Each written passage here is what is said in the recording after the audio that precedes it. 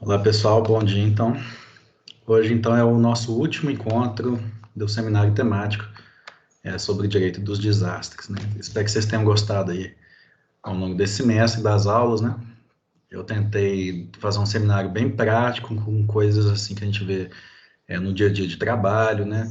Coisas que muitas vezes a gente não aprende na faculdade, né? E eu tentei também fazer uma visão mais global de todos os assuntos que vão envolver nas questões de direito de desastre, né? Então, muitas questões diferentes, né?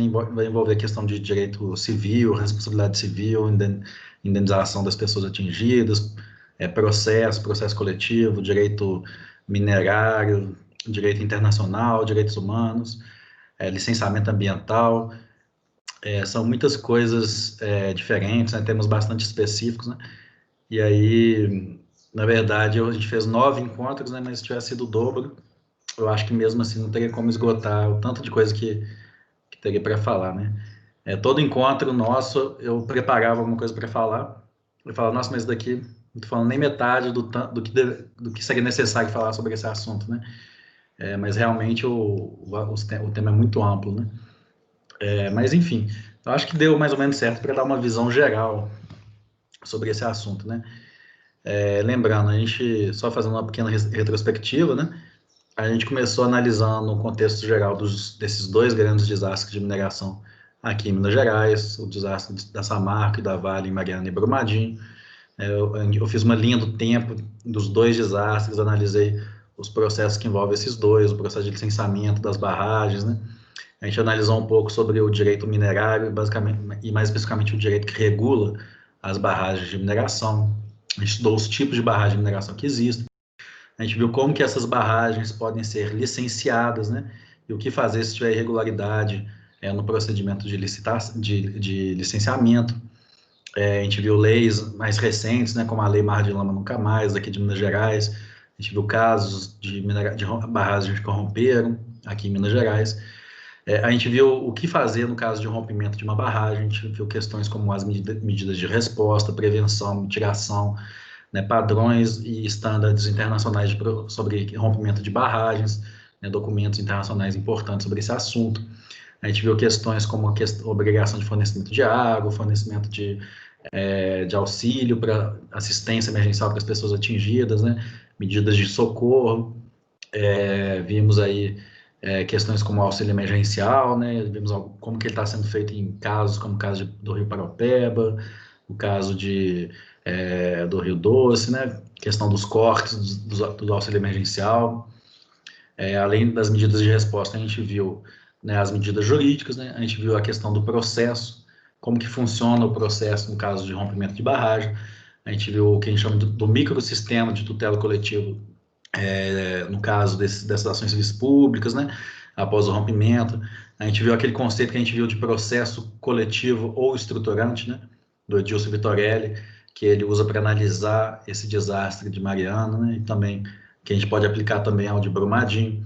A gente viu como é que esse processo funciona, é uma pluralidade de atores, diversos agentes diferentes, né? Acordos que são feitos à medida que o processo vai andando, ou seja, uma dinâmica processual totalmente distinta aí do processo ordinário, do processo individual, né? Além do processo, a gente viu uma questão muito importante, que é o direito de participação, mais especificamente participação informada das pessoas atingidas, né? E aí que esse instituto, né, que vem sendo criado aí nos últimos anos, do que a gente chama de assessoria técnica independente, né, que entende que para garantir a participação efetiva não basta meras audiências públicas, né? É necessário que as pessoas atingidas tenham uma equipe de técnicos, né, engenheiros ambientais, advogados, que estejam assessorando essas pessoas para elas terem as informações necessárias para elas poderem participar dos processos, reivindicar seus direitos, né? Então, a gente viu esse tema de assessoria técnica, né? E aí, na aula passada, a gente começou a ver a questão do que a gente chama de reparação integral, que aí como a gente viu, é algo distinto das formas de reparação clássicas aí do direito civil tradicional, né? A gente viu a noção aí de direitos difusos, coletivos, individuais homogêneos, né? E as diversas formas de garantir a reparação pela violação desses direitos, que é típica que ocorre no caso de rompimento de barragem, né? E aí, chegamos na aula de hoje, né? Então, a gente viu o contexto todo, né? Até antes do processo, né? Do processo ocorrer, com licenciamento, né? Até após o processo se iniciar, as formas de reparação, né? E aí, então, acho que a gente esgotou um pouco como que funciona aí no âmbito nacional, né?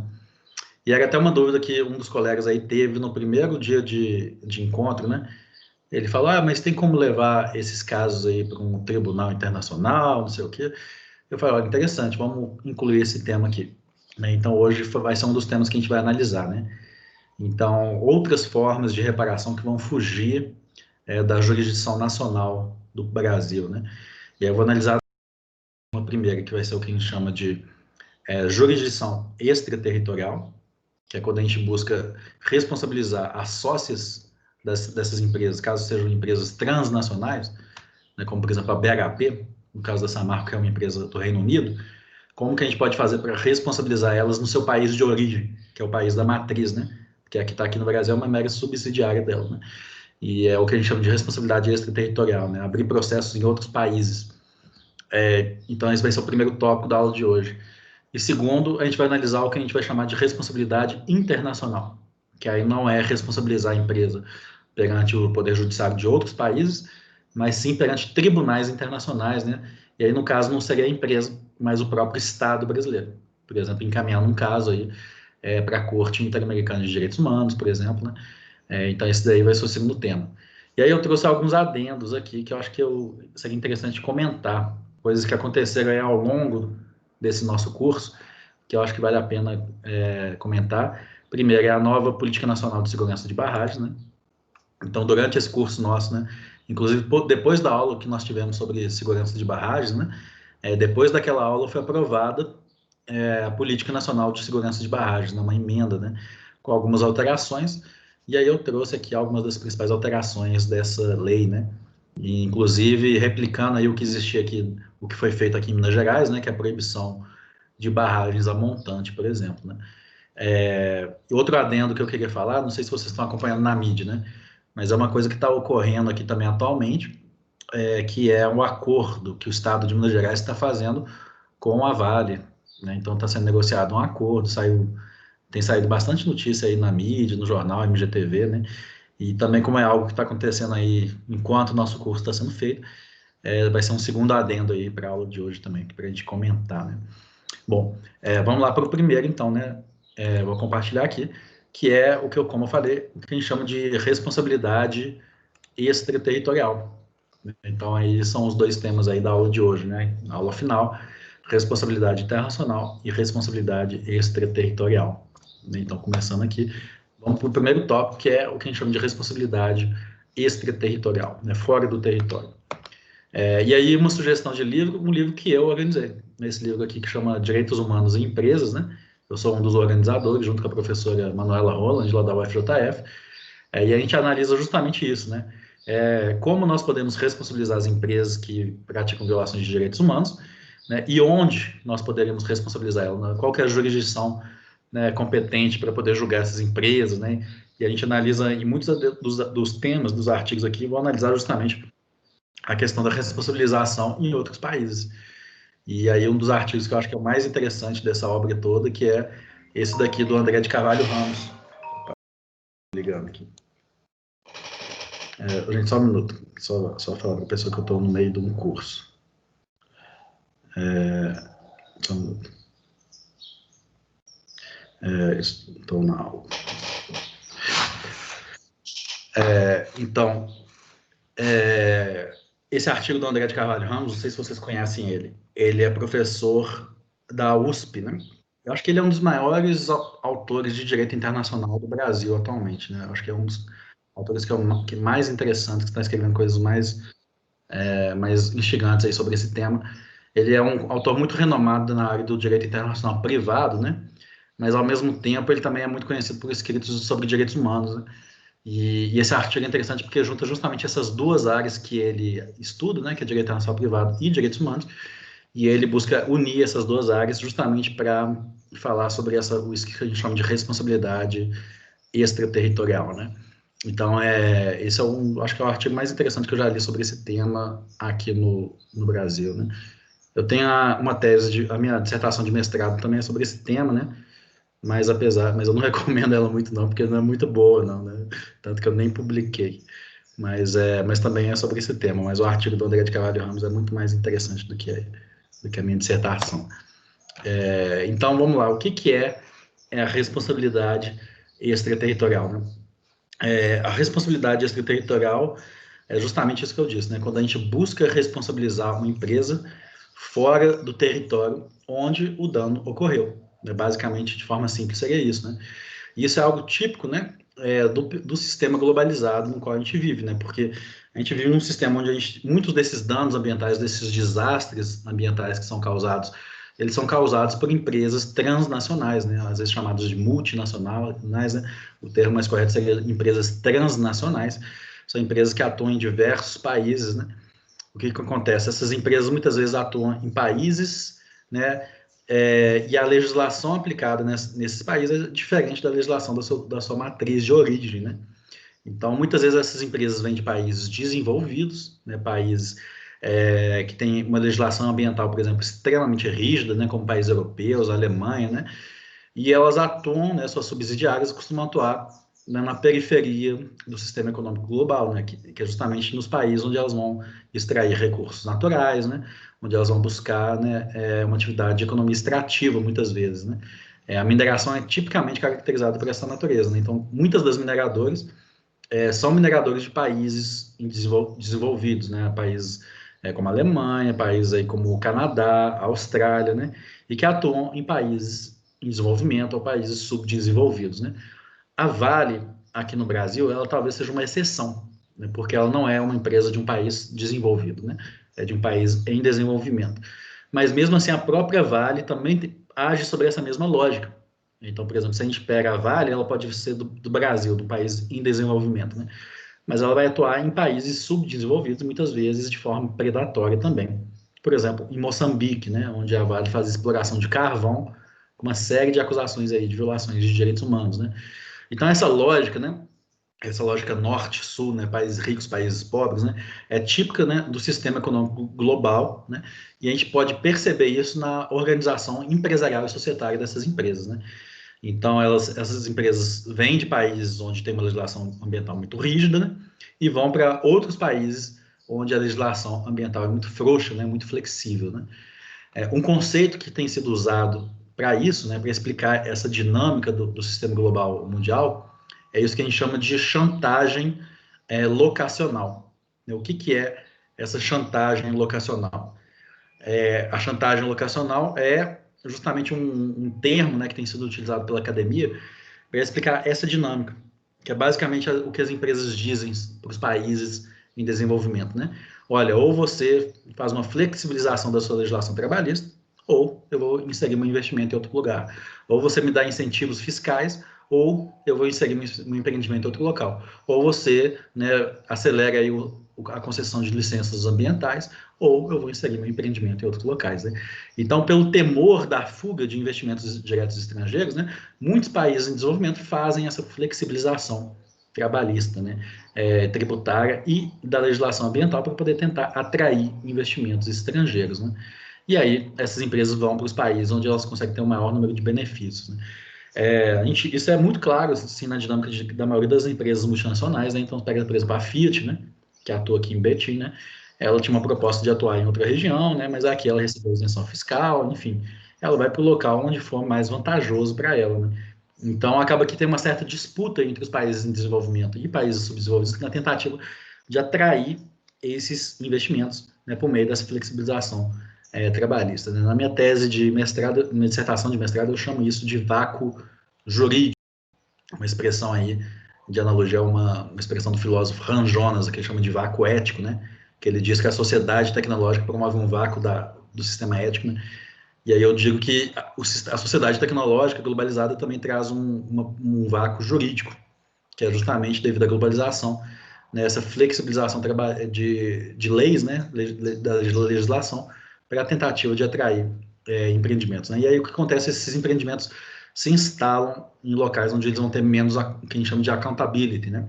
Onde eles vão ter menos possibilidade de serem responsabilizados, já que a legislação é mais frouxa. Né? Outra expressão que tem sido utilizada para se remeter a isso é o que a gente chama de racismo ambiental. Né? Essa expressão costuma ser utilizada mais para a questão de raça, né? Mas é que é muito comum, né, essas empresas também se instalarem em comunidades pobres, comunidades de maioria negra, né? E então realmente ela não vai ser instalada num bairro nobre, como por exemplo o Belvedere em Belo Horizonte. Ela vai ser instalada possivelmente em algum bairro de periferia, né? E a população que vai sofrer mais com os impactos ambientais e a poluição desses empreendimentos costuma ser uma população, né, de raça negra, né? E então isso é uma dinâmica do que ocorre no sistema capitalista e globalizado moderno, né? A questão é, o direito poderia dar uma resposta para isso, né? O direito poderia conseguir fazer com que essas empresas que vêm dos países desenvolvidos consigam, talvez, aplicar na atuação das suas subsidiárias, né? Por exemplo, a empresa, a BHP, né? O Reino Unido tem uma legislação ambiental extremamente rígida, né? Será que a gente poderia obrigar essa empresa a cumprir com os mesmos parâmetros ambientais aqui no Brasil, né? E aí, esse é o grande desafio desse ramo que a gente chama de direitos humanos em empresas, né? É justamente conseguir fazer com que essas empresas respeitem, né, padrões internacionalmente reconhecidos de direitos humanos. E aí tem uma série de ramos do direito que a gente vai tentar buscar subsídios para tentar garantir essa responsabilização dessas empresas, né? Então, a gente pode buscar isso dentro do direito internacional privado, né, justamente por meio do que a gente chama de responsabilidade extraterritorial. A gente pode buscar por meio do direito internacional público, né, e aí no direito internacional público eu poderia citar, por exemplo, né, os princípios da ONU sobre empresas e direitos humanos, né, a negociação que está atualmente em curso sobre princípios sobre empresas e direitos humanos, né, as diretrizes sobre responsabilidade de empresas multinacionais da OCDE, por exemplo, uma série não vai ter como aprofundar muito, né, mas existe uma série de iniciativas do direito internacional público que buscam fazer com que essas empresas transnacionais consigam respeitar padrões mínimos de direitos humanos também. Né? E aí também no direito comparado, direito empresarial, como a gente vai ver mais para frente. Né? Existem uma série de leis desses países desenvolvidos também, né, que garantem isso que a gente está buscando. Né? Às vezes isso é feito por meio da legislação doméstica, né? Então, no Reino Unido tem uma lei local, né? Mas a lei que também prevê, né, essa obrigação de que as empresas transnacionais, né, tenham padrões ambientais, padrões de responsabilidade social altos, né, para suas subsidiárias no exterior, né? Então, os próprios países impõem a essas empresas essa responsabilidade, né? Mas talvez a lei mais famosa é essa daqui dos Estados Unidos, né, que é Alien Tort Claims Act, né? Alien aqui, na verdade, não é de alienígena, é de estrangeiro, né? Tort é uma palavra tort claims, né? A gente poderia traduzir isso como indenização ou como responsabilidade civil, né? Referente ao que a gente chama aqui no direito civil brasileiro de responsabilidade civil, né? Então, basicamente, é uma lei sobre a responsabilidade civil estrangeira, né? No exterior. É uma lei dos Estados Unidos. Então, o que acontece? Muitas empresas dos Estados Unidos acabam sendo processadas lá perante o próprio judiciário dos Estados Unidos com base nessa lei, dizendo que elas estão descumprindo, né, a legislação americana quando elas estão atuando no exterior, né? Então, por exemplo, uma empresa que lá nos Estados Unidos é a empresa mais diligente do planeta, sei lá, a Nike, por exemplo, ela vai lá para o Sudeste Asiático e começa a se utilizar de trabalho escravo no Sudeste Asiático. Né? E aí acontece, com base nessa lei aqui dos Estados Unidos, é possível a gente processar lá dentro dos próprios Estados Unidos essa empresa, né? Apesar de que, digamos, o que ela está fazendo possa ser até lícito no país no qual ela está atuando, né? Mas no seu país de origem não é. Né? E essa lei prevê justamente isso, né? Que esses padrões, né, sociais, ambientais, sejam respeitados também no exterior. Né? Então, ela garante uma forma de responsabilidade extraterritorial. Né? Existe uma série de precedentes, né, de casos aí lá nos Estados Unidos sobre esse Alien Tort Claims Act, né? Que inicialmente era uma lei que era aplicada de forma bastante progressista, né? Buscava uma responsabilidade muito grande das empresas americanas. Hoje, depois que os Estados Unidos viu os impactos disso, né, e o prejuízo que isso tem causado às suas empresas que atuam no exterior, o seu judiciário, inclusive, começou a restringir a aplicação dela. Né? Hoje em dia, ela não é tão aplicada assim mais, porque os Estados Unidos têm medo de prejudicar suas empresas transnacionais por meio disso. Né? Mas ainda existe casos tramitando com base nessa lei. Né?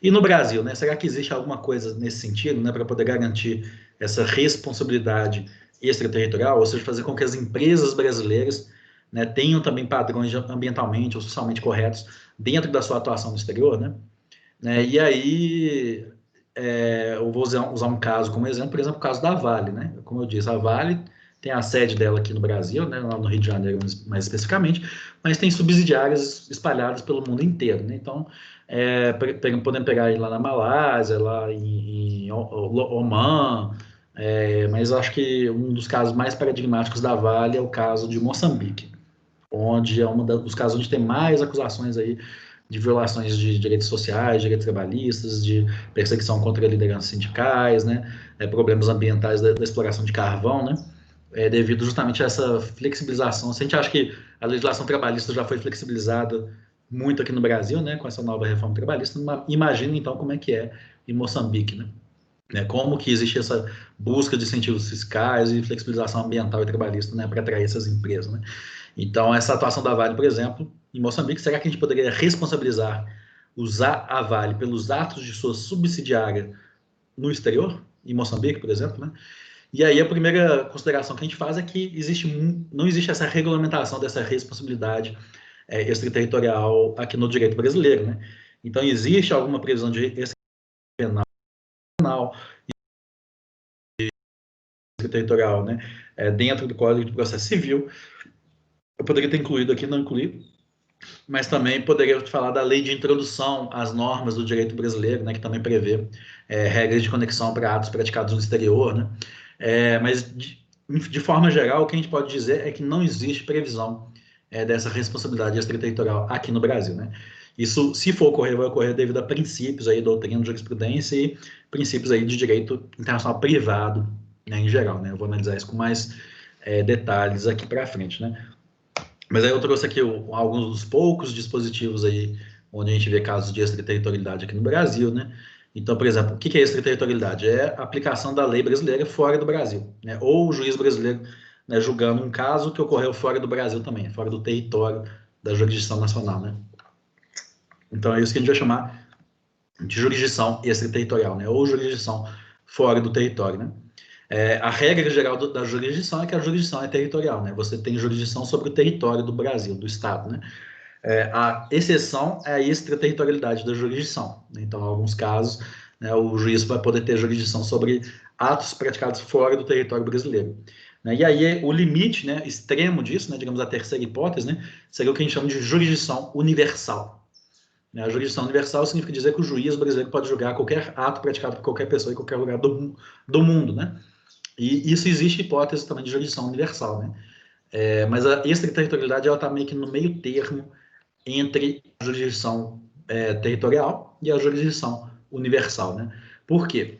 Porque a jurisdição extraterritorial permite a aplicação da lei brasileira fora do território brasileiro, mas não de forma universal, né? Porque ela tem critérios, né? Então, por exemplo, né, no âmbito da jurisdição penal, né, o juiz brasileiro pode julgar, por exemplo, um crime cometido, né, no exterior, né, um crime cometido lá na Argentina. Como que ele pode julgar? Se esse crime tivesse sido praticado por brasileiro, olha só, pode, mesmo no do território brasileiro, né? Então, vamos pensar, um empresário brasileiro, né, dentro dessa lógica de responsabilidade de empresas por desastres ambientais. Se esse empresário brasileiro, por exemplo, for responsável, né, um diretor de uma subsidiária de uma empresa brasileira, né, alguém da administração, um administrador da empresa, um sócio, né, eventualmente tiver praticado dentro de um desastre ambiental, um crime ambiental fora do Brasil, por exemplo. Eu posso aplicar a lei brasileira? Posso. Né? Por quê? Porque ele é brasileiro. Obviamente, isso vai ter requisitos, né? Olha só. Primeiro, a gente tem que entrar no território nacional, né? Esse fato também precisa ser crime lá no país onde foi praticado. Ele tem que ser autorizado a extradição, ele não pode ter sido absolvido, enfim. Mas, em tese, é possível, sim. Só para fazer uma nota também, que também existe uma previsão aqui de jurisdição universal. Né? Cadê aqui? Olha só, que fica sujeito a os atos cometidos no estrangeiro, aqueles que por tratado ou convenção o Brasil se obrigou a reprimir. E o que acontece é que existem alguns tratados, né, que prevêem a jurisdição universal, por exemplo, o crime de tortura, né?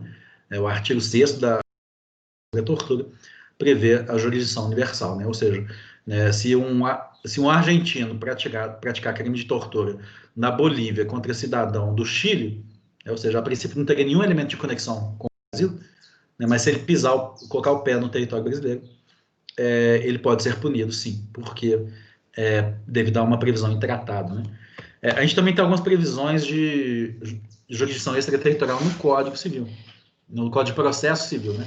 Quando existe essa previsão dessa possibilidade de jurisdição extraterritorial dentro dos limites da jurisdição nacional, ou seja, em âmbito civil, quando que a gente pode abrir um processo? Né? Quando o réu estiver domiciliado no Brasil, aí a gente pode pensar, né, uma empresa estrangeira que tenha sede no Brasil, né, ou uma empresa que tenha sede no Brasil, né, mas que seja uma empresa estrangeira, ou seja, uma empresa que está de capital moçambicano, por exemplo. Vamos pensar, né? A princípio poderia, né, esse domicílio pode ser utilizado também para a sede da empresa, né, que está aqui dizendo, né, considera domiciliado no Brasil pessoa estrangeira que nele tiver agência filial ou ser recursal, né, ou seja,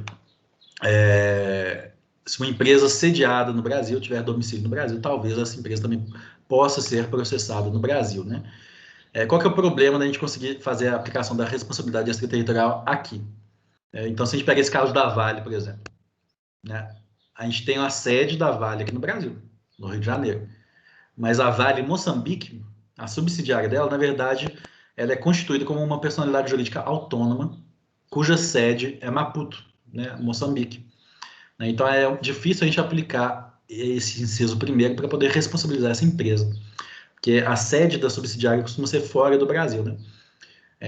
A não ser que a gente consiga, por exemplo, fazer a desconsideração da personalidade jurídica. Porque, por exemplo, a Vale Moçambique ela tem sede em Maputo, mas a sócia controladora dela é a Vale Brasil, né? Ou seja, a sócia controladora, né, ela tem sede no Brasil, então a gente poderia, a princípio, responsabilizar ela aqui perante o Judiciário Nacional, mesmo o ato ou crime tendo ocorrido no exterior, né? Obviamente, isso vai depender da desconsideração da personalidade jurídica, né? No Brasil, tiver que ser cumprida a obrigação, né? Ou o fundamento seja fato ocorrido ou ato praticado no Brasil, né? Mas aqui, no caso, vai ser, de fato, a jurisdição territorial, né? O inciso 2 e o 3, na verdade, é a boa e velha jurisdição territorial. Então, o que a gente pode ver a princípio, né? A princípio, pela legislação brasileira, é difícil, né, a gente conseguir responsabilizar uma empresa por ato que ocorreu fora do Brasil, né? A não ser que a gente consiga fazer a desconsideração da personalidade dessa pessoa jurídica, né? Ou seja, e além disso, não existe muitas previsões de responsabilidade extraterritorial aqui no Brasil, né? Uma coisa que é importante a gente diferenciar, tá, gente, é a diferença entre competência e jurisdição. Vejam que o Código de Processo Civil chama não de competência, né? O Código anterior, né, de 73, chamava de competência internacional, né? Hoje em dia a gente entende que essa palavra é equivocada, né? O certo seria chamar de jurisdição, limites da jurisdição nacional, né? Porque o que acontece? Quando, né, competência internacional é outra questão, né? A questão, por exemplo, de competência de tribunais internacionais, né? Aqui a gente está falando não da jurisdição, mas de competência, né? Mas dizendo de forma bem simples, basicamente jurisdição é o poder para exercer a função jurisdicional, né? De dizer o direito, né? Então, a jurisdição tem limites, né? Ela tem um limite territorial e a exceção, em alguns casos, ela pode ser aplicada de forma extraterritorial, né? Ou seja, esses daí são os limites da jurisdição. Competência é outra coisa, né? Competência é a capacidade para exercer a jurisdição, né? Então, é a divisão de competência em razão da matéria ou da pessoa, por exemplo, né? Divisão de competência de justiça comum, justiça do trabalho, justiça eleitoral, né? Então, o novo Código de Processo Civil alterou, né, a expressão de forma correta, né? Alterando a expressão competência internacional para a expressão limites da jurisdição nacional, né? Então, toda vez que a gente está falando de responsabilidade extraterritorial, a gente está falando de jurisdição e não de competência, né? Apesar de que a gente ainda vai encontrar alguns autores que usam a expressão de competência internacional, né? Apesar de que ela está equivocada, né? Agora, então, como eu disse, no Brasil isso é difícil, né? Mas talvez a gente consiga fazer isso, né, não com empresas brasileiras que atuam no exterior, né, mas com empresas estrangeiras que atuam no Brasil. Né? Então, eu trouxe aqui alguns casos para a gente pensar, né? Vou usar como exemplo. Né? Esse caso aqui, a ThyssenKrupp, Companhia Siderúrgica do Atlântico, é uma empresa alemã que atuava no Rio de Janeiro. Né? Então, na Alemanha, essa empresa cumpria com os maiores requisitos ambientais possíveis, né? A ThyssenKrupp. Né? Vocês devem ver essa empresa aqui em elevador, né? Ela é uma empresa de aço, né? Uma siderúrgica, né? Então ela produz esses elevadores de inox, né? Então, agora aqui no Rio de Janeiro, ela tinha instalado uma siderúrgica chamada Companhia Siderúrgica do Atlântico, né? Hoje foi até vendida para uma outra empresa aí, chamada Térnio, né? Mas durante muito tempo ela atuava lá e a comunidade local acusa essa empresa de danos ambientais, né? Principalmente poluição atmosférica, né? Contaminação aí da água, do ar, né? Das comunidades que vivem ao redor dela, né? Então a gente pode pensar, como que é possível que uma empresa que lá na Alemanha segue os padrões ambientais mais rígidos que existem no planeta, né, e aqui no Brasil, no Rio de Janeiro, né, ela teve benefícios fiscais pelo governo estadual do Rio de Janeiro, né, ela não usa os filtros adequados para poder impedir essas partículas, né, de causar poluição atmosférica, enfim. Né, aqui no Brasil, ela não segue os mesmos requisitos que ela seguiria lá na Alemanha. E aí a pergunta, será que a gente poderia abrir um processo contra, né, a matriz dela, que é essa ThyssenKrupp, pelos atos praticados pela Companhia Siderúrgica do Atlântico aqui no Rio de Janeiro? Então, isso daí é uma coisa que nós podemos tentar analisar, né? Outro caso aqui que também ficou famoso recentemente, né? Não sei se vocês viram o caso da Hydro, lá no Pará, né? É uma empresa norueguesa. Noruega também é um dos países com maior rigidez de proteção ambiental do planeta, né? Internacionalmente, né, a Noruega dá rios de dinheiro aí para os projetos de recuperação ambiental, inclusive para a própria Amazônia, né? A Noruega era a principal doadora do Fundo Amazônia, né, que tinha projetos de proteção ambiental da Amazônia, né? E aí, uma empresa norueguesa, que é de um país que é um dos países que mais protege o meio ambiente, pratica um desastre ambiental no Pará, justamente na região da Amazônia, onde essa empresa injetava dinheiro, onde esse país injetava dinheiro, né? E aí foi um caso aí onde a empresa reconheceu, que assumiu que tinha dutos lá de água contaminada, né, que causaram esse desastre ambiental. E aí fica a pergunta, né, será que por esse desastre praticado por essa empresa no Pará, a gente poderia responsabilizar a Norsk Hydro lá no seu país de origem, né, lá na Noruega? Então, são casos de empresas transnacionais, né, esses dois primeiros, que atuam no Brasil. Agora, para saber responder isso, a gente vai ter que ir lá no direito alemão, a gente vai ter que ir lá no direito norueguês, para poder saber se o Poder Judiciário local vai aceitar esse caso, né? Se vai aceitar essa possibilidade de responsabilidade extraterritorial. Como eu disse, no Reino Unido tem lei sobre isso, nos Estados Unidos tem lei sobre isso, né? Mas para esses outros países a gente teria que analisar, né, se o seu judiciário admite isso, né? Admite que a sua matriz possa ser responsabilizada pelos atos da sua subsidiária, né? Já respondendo para vocês, né, não vou aprofundar muito, mas em geral não. Né? Em geral, esses países não admitem isso. Justamente porque para eles é benéfico que isso ocorra. Né? A Alemanha não quer danos ambientais dentro do território do seu próprio país, mas ela não se importa muito que suas próprias empresas pratiquem danos ambientais em países subdesenvolvidos ou em desenvolvimento. O que tem acontecido, né, com a globalização, gente, é uma espécie de exportação de danos ambientais. Países europeus que são países com uma legislação ambiental altamente rígida, né, a legislação da União Europeia, normalmente tem um controle frouxo dos atos das subsidiárias de suas empresas, porque para eles é bom, né, que essas empresas pratiquem os danos em outros locais, né, porque isso gera receita para esses países, né, mas sem ter a externalidade desse dano ambiental praticado. Né? Então, muitas vezes é difícil, né, conseguir essa responsabilização, né. Outro caso aqui, né, mas aí não é do Brasil, né, esses dois casos aqui ocorreram em outros países, né. Então, olha só, é o caso da Shell, que é uma empresa holandesa, né, o nome dela, na verdade, é Royal Dutch Petroleum, né, uma empresa dos Países Baixos, né, e a Chevron, que é uma empresa norte-americana, né. Essas duas empresas causaram desastres de contaminação de petróleo, né, a primeira essa daqui na Nigéria, e a outra no Equador, na Amazônia equatoriana. Né? E aí, como que se buscou a empresa? Né? Uma coisa interessante que se percebeu, né? O judiciário local desse país ou foi incapaz, né, de garantir a responsabilização da empresa, né, ou a empresa blindou o seu patrimônio. Então, por exemplo, aqui na Nigéria não se conseguiu responsabilizar a empresa devido a essa flexibilização que a gente diz aí da legislação ambiental, trabalhista, né, tributária, né? E aqui na Chevron, né, o que ela fez? Assim que começou a ter processos contra ela devido a esse desastre ambiental, a empresa se retirou do país. Ela retirou todos os seus ativos do Equador. E aí, basicamente, as vítimas, né, no Equador não conseguiram mais responsabilizar suas empresas. Né? O que essas pessoas fizeram? Né? No caso da Chevron, os atingidos tentaram abrir processo em outros países, né? Abriram um processo lá nos Estados Unidos e abriram, inclusive, um processo aqui no Brasil. Aqui no Brasil, eles tentaram homologar a sentença lá no Equador, né? Uma coisa que eu não falei, né? Lá no Equador, o Poder Judiciário local condenou a empresa e mandou ela pagar indenização para as pessoas. Ou seja, eles tiveram trânsito em julgado de uma sentença condenatória. Mas a empresa não pagou porque não tinha como executar essa empresa. Né? Então, eles vieram aqui no Brasil e falaram, opa, a Chevron tem bens no Brasil. Vamos, então, tentar executar esses bens que estão no Brasil? Só que para poder fazer isso, o procedimento que é exigido, né, dentro daí do direito internacional privado, né, é o que a gente chama de homologação de sentença estrangeira, que é feito perante o Superior Tribunal de Justiça aqui no Brasil. Né? Então, eles entraram em contato com um advogado local, no escritório de advocacia brasileiro, e esse escritório entrou, então, com um pedido de homologação da sentença lá do Equador, né, que mandava pagar a indenização para os atingidos, para tentar executar contra os bens da Chevron aqui no Brasil.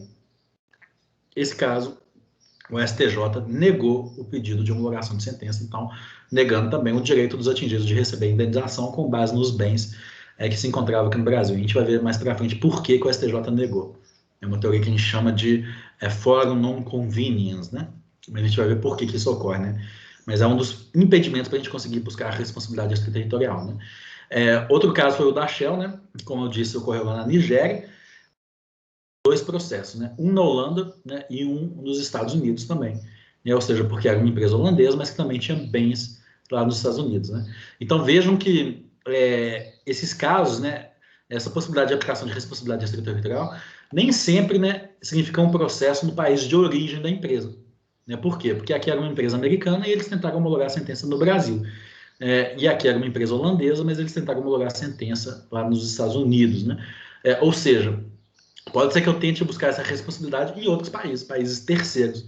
Né? Existe essa possibilidade, ainda que seja algo muito difícil, né? Como a gente viu, o próprio Brasil negou que isso ocorresse. Né? Então, são casos aí, né, casos famosos aí de outros países, onde se busca essa responsabilidade em terceiros estados, né? Que também é outra possibilidade para isso. Né? Como eu disse, a gente pode pensar isso no caso de empresas brasileiras também. Então, a gente pega aí, né, a JBS, a própria Petrobras, né, e a Vale, né, são as grandes empresas transacionais brasileiras, né, que atuam em diversos países. Né? E como eu disse, né, especificamente a Vale em Moçambique tem sido acusada, né, de uma série de violações a direitos humanos lá em Moçambique. Né? E de novo a pergunta, né, será que a gente poderia responsabilizar a empresa brasileira aqui no Brasil? Né? Então, vejam só, são muitas possibilidades. Né? Responsabilizar empresas brasileiras no exterior, né, responsabilizar empresas estrangeiras pelos atos praticados aqui no Brasil, né, ou até mesmo responsabilizar aqui no Brasil empresas, né, que não são do Brasil e que também não praticaram os danos aqui no Brasil. Né, o caso da Chevron, por exemplo, né, um deles. Né. Tudo isso são questões extremamente complexas, né, mas que a gente vai analisar. Né. Então, são 3 hipóteses diferentes, né, que a gente pode analisar aqui. Né. Mas primeiro eu quero analisar um caso concreto, né, já que a gente está falando de rompimento de barragem. Né. Esse curso é sobre rompimento de barragens. Né. E é justamente no caso, num desses 2 casos que a gente está estudando, de rompimento de barragem, que é o caso Samarco, né, a gente teve essa tentativa de se buscar a responsabilidade extraterritorial. Né? Então, o caso da Samarco no Brasil, por quê? Como a gente viu em aulas passadas, né, a Samarco ela é uma joint venture, né, entre a Vale, né, e a BHP Billiton, que é uma anglo-australiana, né, uma empresa do Reino Unido e da Austrália. Né? E aí, especificamente, né, essa ação contra essa empresa específica, né, a BHP Billiton. Né? Será que a gente poderia responsabilizar essa empresa no Reino Unido ou na Austrália? Então, essa é a grande pergunta aqui. E existem alguns escritórios de advocacia que tentaram fazer isso. Né? Então, o caso mais famoso é o caso desse escritório aqui, SPG Law, né, o escritório do Reino Unido, que conseguiu uma estrutura gigantesca aqui no Brasil, né, contratou advogados locais, né, pagando muito bem, inclusive, para os advogados locais, mas fez toda uma estrutura local aqui no Brasil para tentar captar os clientes lá, vítimas do desastre. Né? Então, olha só, eles conseguiram 200 mil procurações, né, para as vítimas, né, do crime da Samarco. Né? E ajuizaram em 2018 um processo lá no Reino Unido, né, justamente buscando o quê? A responsabilidade extraterritorial com base numa lei de 2006 lá do Reino Unido sobre a responsabilidade empresarial.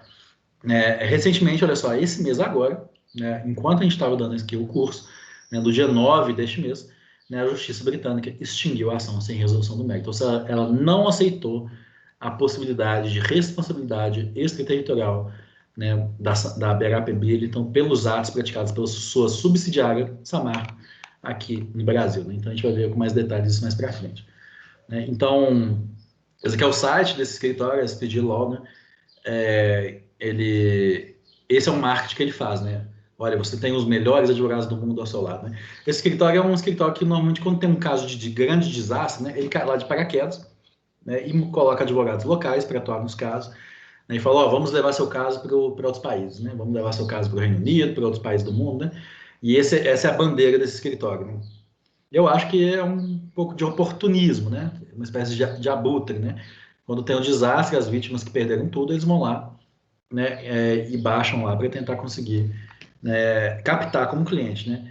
Ah, mas será que não é bom? Porque, no fato, as pessoas, ó, até hoje aqui no Brasil não tinha indenização. Será que não é bom? Se tivesse aberto esse processo em outro país, será que não teria mais chance, né, de poder ter indenização? Pode ser, que talvez tenha uma chance aí de ter uma indenização. E, de fato, a justiça local nos países em desenvolvimento muitas vezes é cooptada ou às vezes não consegue resolver esses problemas, né? Mas, obviamente, esse escritório não faz isso porque ele é bonzinho, né? Ele faz isso porque ele vai ganhar, sei lá, 20, 30% aí do caso das indenizações, que são indenizações milionárias, né? E que é o seu ramo de atuação, né? Hoje ele alterou o nome, agora o nome dele é esse daqui, PGMBM, né? Mas que continua com esse marketing, né, do escritório do bem, né? Mas estamos mudando o mundo, um caso de cada vez, né? Então, esse é o marketing que o escritório faz, né?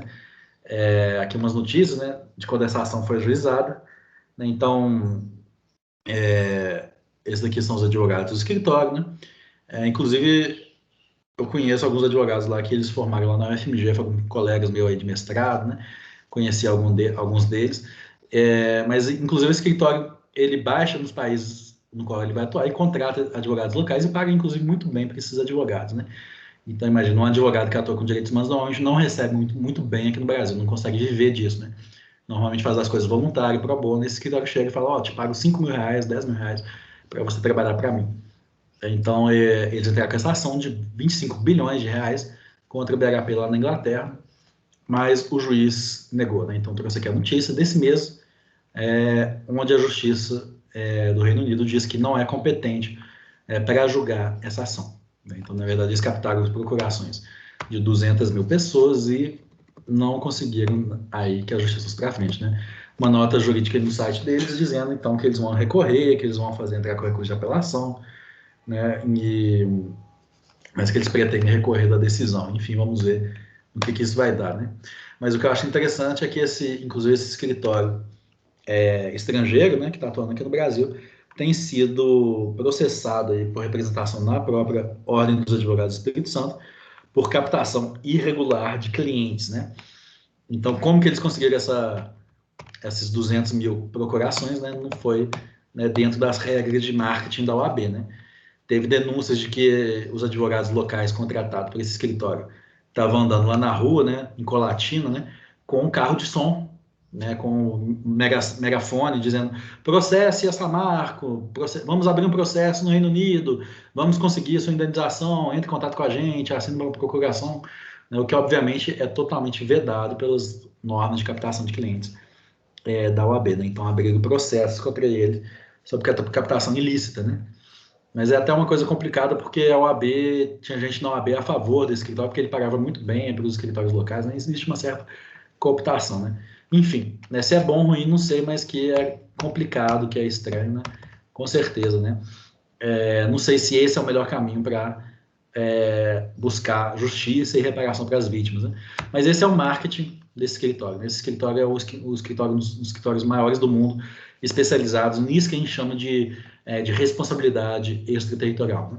Mas estamos vendo que, nesse caso, eles realmente não estão conseguindo, inclusive, isso que eles estão prometendo. Né? Eu acho complicado, né? Porque como que foi definido esse valor de 25 bilhões, né?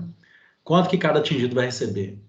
Né? Como que foi mapeado os danos? Né? Como que sabe quantos danos cada atingido sofreu? Né? Eles disseram que eles fizeram um formulário com cada uma dessas 200 mil pessoas, né? Mas como que foi feito esse formulário? Será que tem, de fato, uma construção de uma matriz de danos adequadas? Né? Tudo isso é muito complicado, né? né? Então, não sei se o valor que as vítimas receberiam seria um valor adequado para os danos que elas sofreram também. E aí, o que vai acontecer depois que esse processo for julgado? Digamos, mesmo se o juiz não tivesse se recusado a julgar, né? Digamos que a pessoa fosse lá e recebesse 100 mil reais cada atingido, né? Esse valor de 100 mil reais de um atingido específico. Então, ele abrir mão da indenização aqui no Brasil, porque o processo está correndo aqui no Brasil também, né?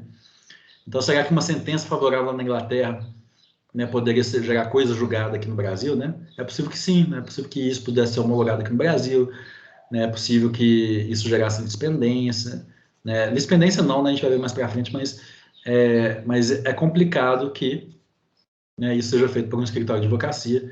Não sei se isso é a forma mais adequada, né? A forma como que foi feito. Mas, enfim, o que a gente precisa fazer antes de ajuizar a informação dessa natureza, né? Trouxe aqui o roteiro, né? O que é necessário ser analisado, né, para você poder fazer isso, né? Para poder ajuizar uma ação em outro país. Então, os elementos são os seguintes, né? É necessário analisar a jurisdição, né? O que alguns autores vão chamar de competência. Antes, deixa eu perguntar, tem alguma pergunta, pessoal? Se vocês tiverem perguntas, podem falar, ou se não, colocar aqui no chat, tá bom? Quais são os elementos que devem ser analisados para a gente poder ajuizar uma ação em outro país, né? Primeiro, né?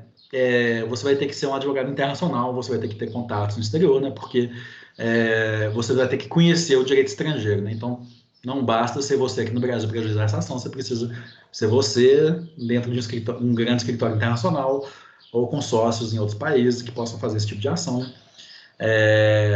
Existe todo um ramo de advocacia internacional que faz justamente isso, né?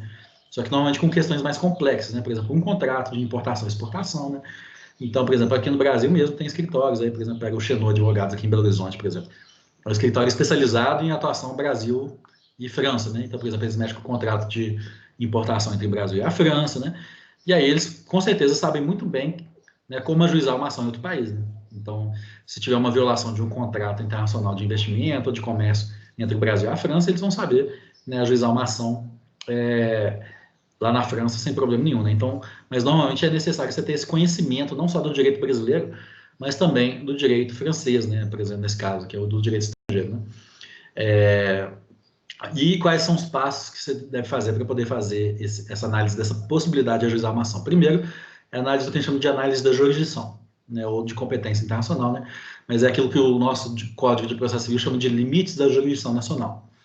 Segundo, a análise do direito material aplicável, né? Basicamente, a primeira é analisar. O Tribunal Nacional pode julgar isso, né? Ou seja, o Tribunal do Reino Unido pode julgar essa caso, né? Aqui entendeu-se que não, né? Mas essa recusa de julgar foi o quê? Foi justamente uma recusa aqui nesse primeiro passo, que é a análise da jurisdição, né? Então, o Tribunal do Reino Unido disse aí, no caso da Samarco, que não tinha competência para julgar o caso, né? Então, essa é a primeira análise. A gente vai ver direitinho como é que funciona essas regras de competência, né? Segundo, análise do direito material aplicável. Por quê? O fato do tribunal poder julgar não quer dizer que ele vai aplicar, vai ser o direito britânico, né? Por exemplo, pode ser que, se esse juiz, né, entendesse que ele tinha o direito de julgar o caso, pode ser que o direito aplicável fosse o Código Civil brasileiro, por exemplo. Isso é o que a gente chama no direito nacional privado de direito material, né? Às vezes o direito é o direito de outro país, né? Logo, né, pode ser que eu tenha que entender de direito comparado também. Então, por exemplo, se eu for julgar, por exemplo, a Vale aqui no Brasil pelos crimes praticados pela Vale de Moçambique, pode ser que eu entenda que o Brasil tenha competência. Por quê?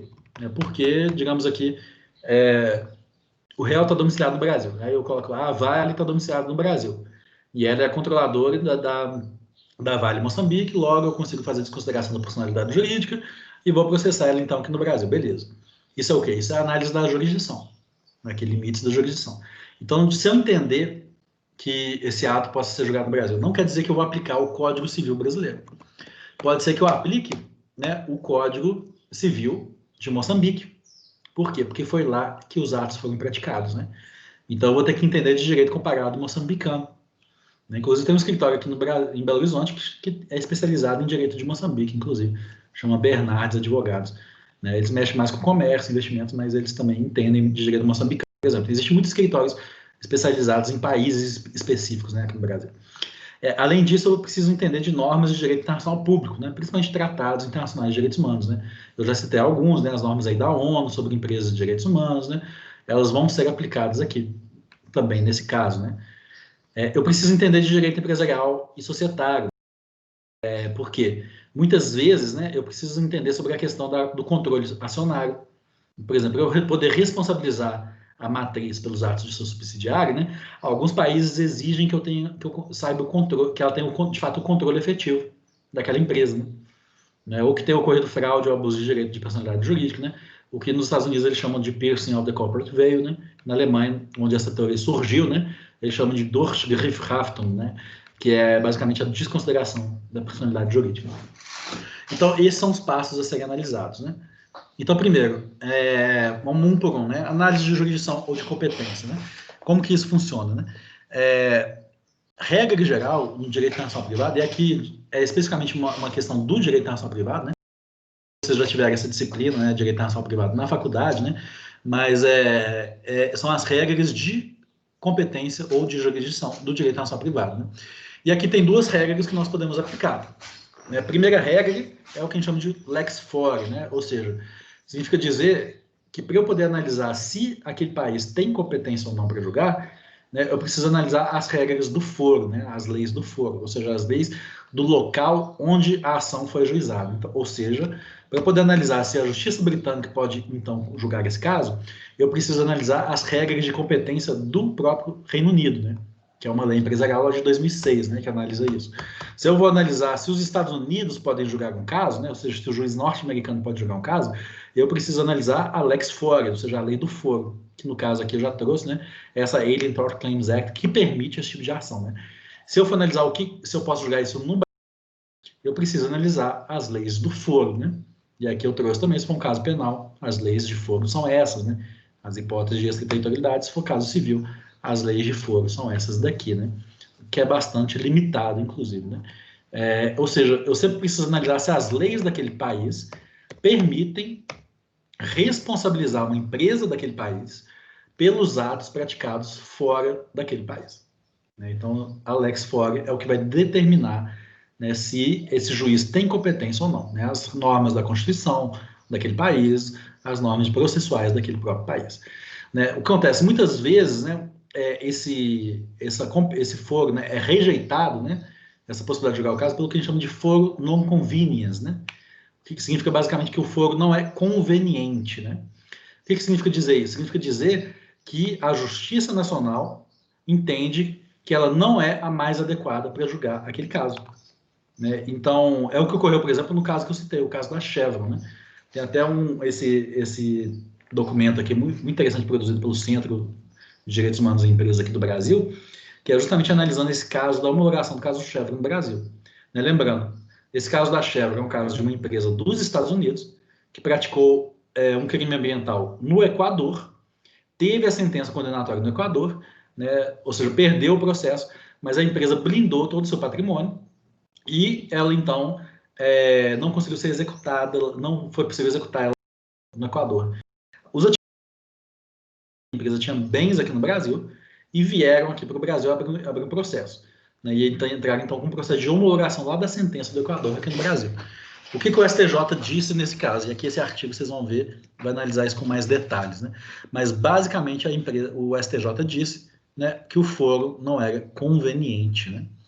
O que eu acho estranho, né? Já que esse princípio do foro non conveniens, né, não está previsto em nenhum lugar na legislação brasileira.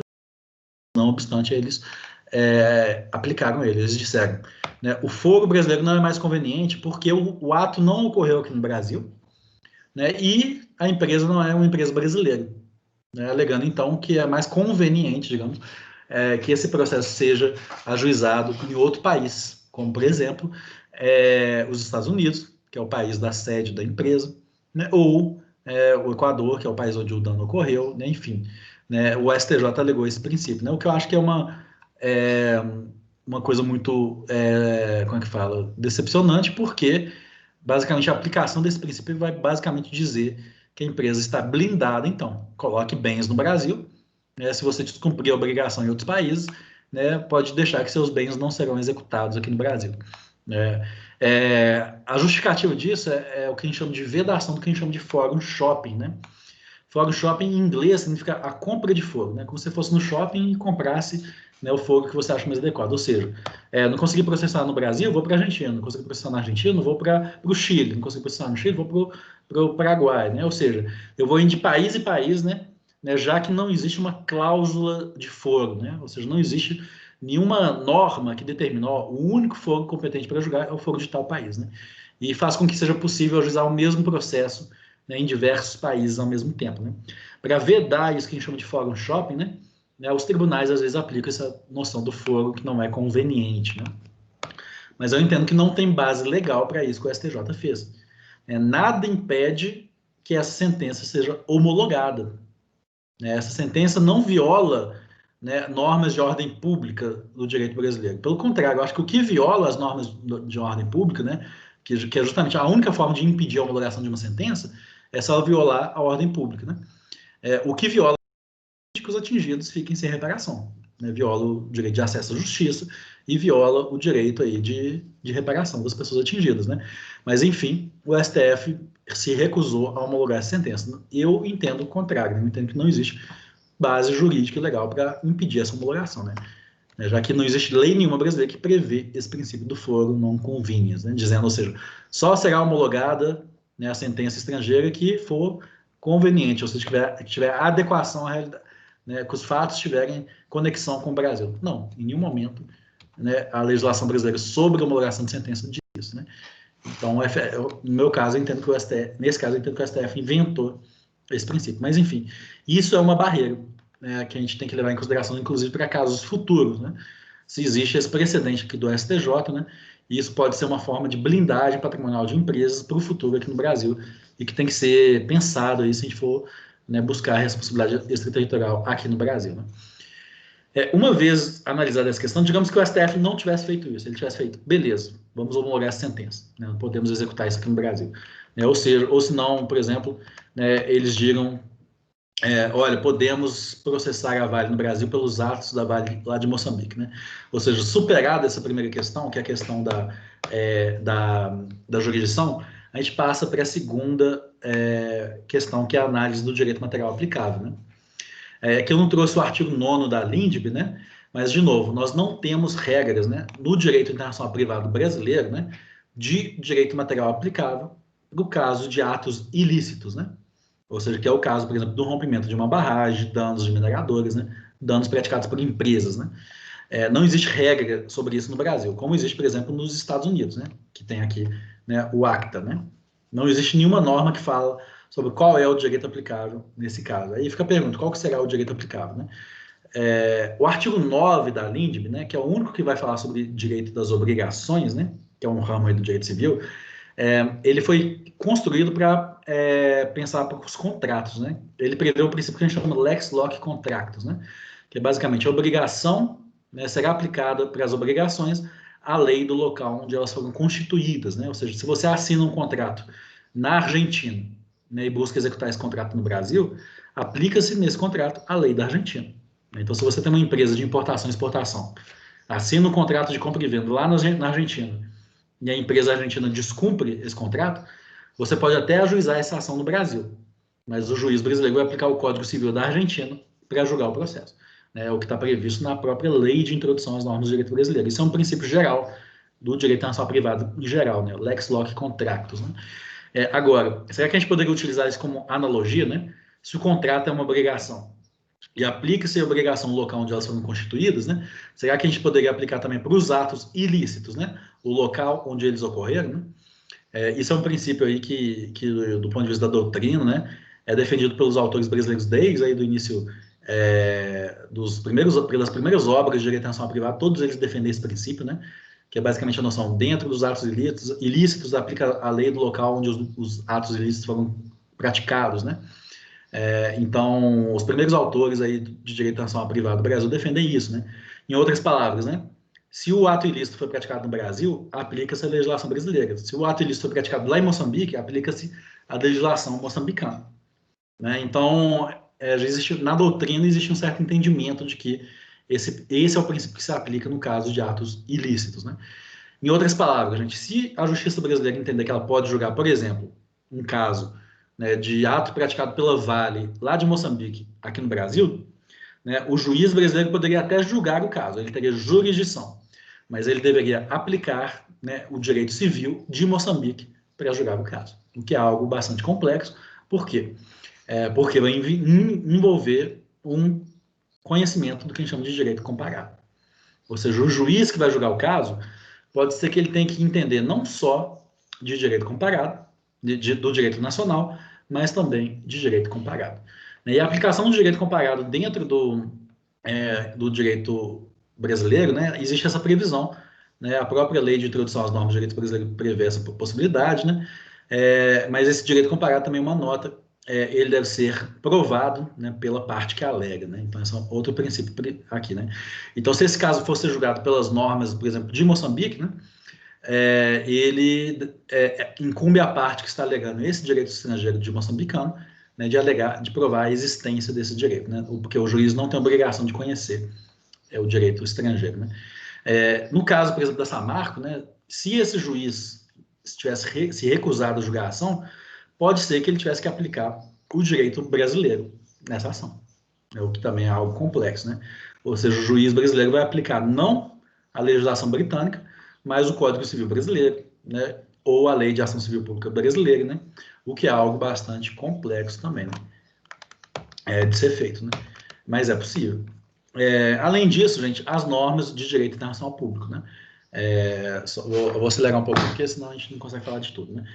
Tratados internacionais de direitos humanos, né, que prevêem, por exemplo, o direito de reparação, né, específicas, né, sobre a questão de responsabilidade empresarial, né, como, por exemplo, os princípios da ONU sobre empresas e direitos humanos, né, as diretrizes da OCDE sobre empresas multinacionais, né. Então, pode ser que para a aplicação dessas normas aqui, eu aplique também tratados, né, a princípio seria, né, recomendável, né, que eu aplicasse esses tratados internacionais de direitos humanos também, né. Não só os tratados internacionais de direitos humanos, mas também tratados de direito internacional privado também, pode ser que eles sejam aplicáveis, né. E por fim, né, gente, para que tudo isso seja possível, né, não tem como eu fugir da possibilidade de desconsideração da personalidade jurídica, né. E aí, isso vai depender de quê? Né? Isso vai depender do direito material aplicado, né? Eu vou ter que analisar se nesse direito material aplicável, né, se esse país aceita, né, a possibilidade de desconsiderar a personalidade jurídica. Por quê? Né, porque muitas vezes a empresa que cometeu o ato não tem a mesma personalidade jurídica da empresa matriz que está sendo processada. Ela é uma mera subsidiária, mas que foi constituída como uma empresa autônoma em outro país. Então, nesse caso, eu preciso conseguir desconsiderar a personalidade jurídica. E aí, no direito americano, existem alguns critérios para isso, no direito alemão, existem outros critérios. Cada país vai ter critérios de desconsideração de personalidade jurídica, né? Alguns vão ser mais flexíveis, né? Então, em alguns países, né, basta a empresa fazer parte do grupo econômico, né, que ela já pode ser responsabilizada, né? Então, é semelhante ao que ocorre na justiça trabalhista aqui no Brasil, né? Mas no caso do Brasil, por exemplo, de um contrato, né, é mais complicado, né? Eu preciso comprovar que houve fraude ou abuso do direito, né, de personalidade jurídica, né? Outros países vão ter que exigir uma coisa típica que a gente exige aí no âmbito do direito de concorrência, né, que é essa análise de controle societário. Eu preciso provar que a empresa matriz que está sendo processada tem o controle da empresa subsidiária, né? Por quê? Porque, por exemplo, digamos que a empresa matriz tem só 10% das ações. Ou seja, ela não poderia ter o controle. Então, como que ela pode ser responsabilizada pelos atos de uma empresa que ela não controlava? Agora, se ela tiver 90% das ações, se ela tiver o controle das ações com direito de voto, né, que permite ela definir quem é a diretoria, quem é o conselho de administração, enfim, aí ela vai ter o controle. Eu poderia, talvez, né, dependendo do direito que eu estiver analisando, né, responsabilizar ela pelos atos da subsidiária. No caso da Samarco, né, existe uma dúvida, né, quanto a isso, né? Por quê? Porque o contrato acionário, né, era dividido entre a BHP e a Vale, né? Então a BHP tinha 50% do controle da Samarco e a Vale tinha os outros 50%. Né? E aí, dependendo das normas do país, né, talvez ter só 50%, né, não significa que eu tenho controle. Né? Por quê? Porque eu não conseguiria tomar uma decisão sem, né, a outra parte, que era a Vale. Ou seja, todas as decisões precisariam ser conjuntas, né? Ou seja, poderia, dependendo do país, o juiz dizer não, porque a BHP não tinha o controle, né? Porque as decisões, né, mesmo se ela discordar, se ela, por exemplo, se ela fosse tomar uma decisão, essa decisão teria que ser feita junto com a VAR, logo, né, o controle não era dela, enfim. Né, tudo depende do direito que eu estiver analisando. Mas, basicamente, esses são 5 passos para você poder ajuizar um processo em outro país. Né, eu preciso analisar as normas de direito nacional privado sobre jurisdição, para analisar se o tribunal daquele país é competente para julgar. Eu preciso analisar qual é o direito material aplicável, né, e dependendo do caso, se não for o nosso direito, eu preciso entender de direito comparado, né, e no âmbito desse direito comparado, eu preciso analisar as normas de desconsideração de personalidade jurídica, e além disso, os tratados internacionais de direitos humanos, que eventualmente podem também ser aplicáveis nesse caso. Em outras palavras, gente, é uma análise simples, né? O que vocês acham? É simples fazer isso ou é complicado, né? É extremamente complicado, né? Então, as ações extremamente complexas, né? E que aqui, nesse caso, estavam sendo altamente banalizadas, né? Então, um carro de som de um escritório estrangeiro que contrata um advogado local para sair com megafone na rua, um carro de som, falando, vem cá que a gente processa, você vai processar a empresa para você. Né? Eles estão transformando como se fosse algo banal, uma coisa de extrema complexidade, né? Então, a gente não pode pensar que isso é uma panaceia, que isso é a solução. Ah, a Samarco até hoje não pagou a indenização das pessoas atingidas? Não tem problema não, vamos processar ela em outro país, então. Na verdade, isso é algo extremamente complexo, que é muito mais complexo do que ajuizar um processo em âmbito nacional, né? O êxito não é maior, né? O êxito é menor do que na ação extraterritorial. E por quê? Né? Primeiro, porque existe toda uma série de obstáculos que devem ser superados, jurisdição, né, direito material, direito comparado, direito nacional público. Em cada um desses lugares a gente pode ter um obstáculo que a gente não consegue transpor. Pode ter, como o caso do Reino Unido, onde ele disse, não tem jurisdição para julgar o caso. Foi o que ocorreu, né? Pode ser que o juiz não julgue porque não tem jurisdição. Mesmo que ele reconheça que tem jurisdição, ele vai aplicar um direito que não é o direito mais benéfico. Pode ser que a empresa alemã não aplique o direito alemão, que é um direito altamente protetivo, né? Em questão ambiental, por exemplo. Pode ser que ele vai aplicar o direito brasileiro e, na prática, então, não vai fazer diferença nenhuma, né? Porque eu não vou conseguir ter o benefício de aplicar uma norma mais rígida, né, para a atividade da empresa, né? E além disso, né, pode ser que eu perceba que pelas regras de direito societário do país, né, eu não consiga desconsiderar a personalidade jurídica porque, sei lá, digamos que a empresa não tem controle, né, não consiga provar fraude, né? Existe uma série de obstáculos a mais que eu vou ter nesse processo, né? E além disso, né, as dificuldades que já existem no processo aqui no Brasil é maior ainda no processo lá no exterior. Né? Por exemplo, dificuldade de produzir provas. Como que eu vou produzir provas? Como que o juiz do Reino Unido, gente, vai me mandar produzir provas aqui no Brasil? Né? O que eles vão conseguir produzir vai ser provas documentais, né? Por isso que eles foram lá, fizeram um formulário, esses advogados aqui, não dá para ver aqui na foto, mas aqui eles estavam com um monte de caixa. Nas caixas, aqui nos pés dele, estavam os formulários que as pessoas atingidas tinham preenchido. Por quê? Porque não tem como levar a pessoa para ir lá, vai levar 200 mil pessoas para fazer testemunho, né? Não. Então, elas fizeram um formulário, né, e eles juntaram lá como prova documental. Então, acaba que a prova, né, nesse processo, acaba sendo a prova documental. Eu vou fazer uma perícia, eu vou fazer mandar um perito lá do Reino Unido vir aqui no Brasil para fazer prova pericial, né, ou eu vou ter que fazer por carta rogatória, né, fazer uma carta rogatória para o juiz brasileiro mandar, né, estabelecer uma perícia para ser feita aqui no Brasil, né, ou, até que é possível, né, existe esse mecanismo da carta rogatória para a produção de provas no exterior, mas olha a demora que vai ter nisso, né, olha a complicação disso. E o juiz brasileiro ainda vai ter a opção de recusar, né, dizendo que viola normas de ordem pública, sei lá o quê, né, então é muito mais complexo a produção de provas, né, como que eu vou escutar as vítimas, como que eu vou escutar as testemunhas, né? Se esse juiz quiser fazer uma inspeção judicial, como que ele vai fazer? Não tem como, né? Até no Reino Unido a lei prevê a possibilidade do processo ser julgado aqui no Brasil, né? Então o juiz viria aqui para o Brasil, faria audiências aqui no Brasil, né? A lei do Reino Unido permite isso, né? E aí vai ser feito não no judiciário, né? Mas lá no hotel, né? Algum lugar do tipo, né? E aí ele vai poder julgar aqui no Brasil, né? Mas enfim, é complicado de ser feito, né? Então, a responsabilidade extraterritorial ela é possível, mas é muito mais difícil, muito mais complexa, né? Ela pode ser feita? Pode, se eu tiver esgotado todas as demais alternativas, né? Foi o que ocorreu com a Chevron no Equador.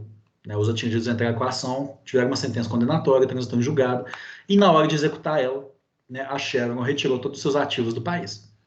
Aqui, nesse caso, realmente não existe outra alternativa, né? responsabilidade extraterritorial é a única possibilidade.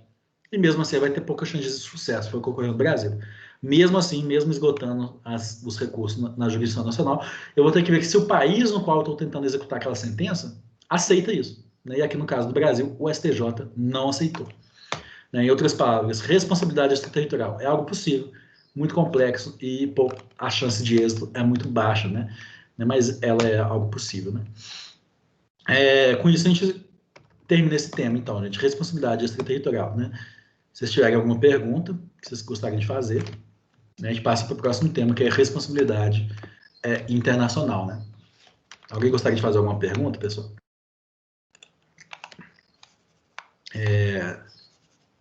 Se alguém quiser fazer pergunta, pode falar.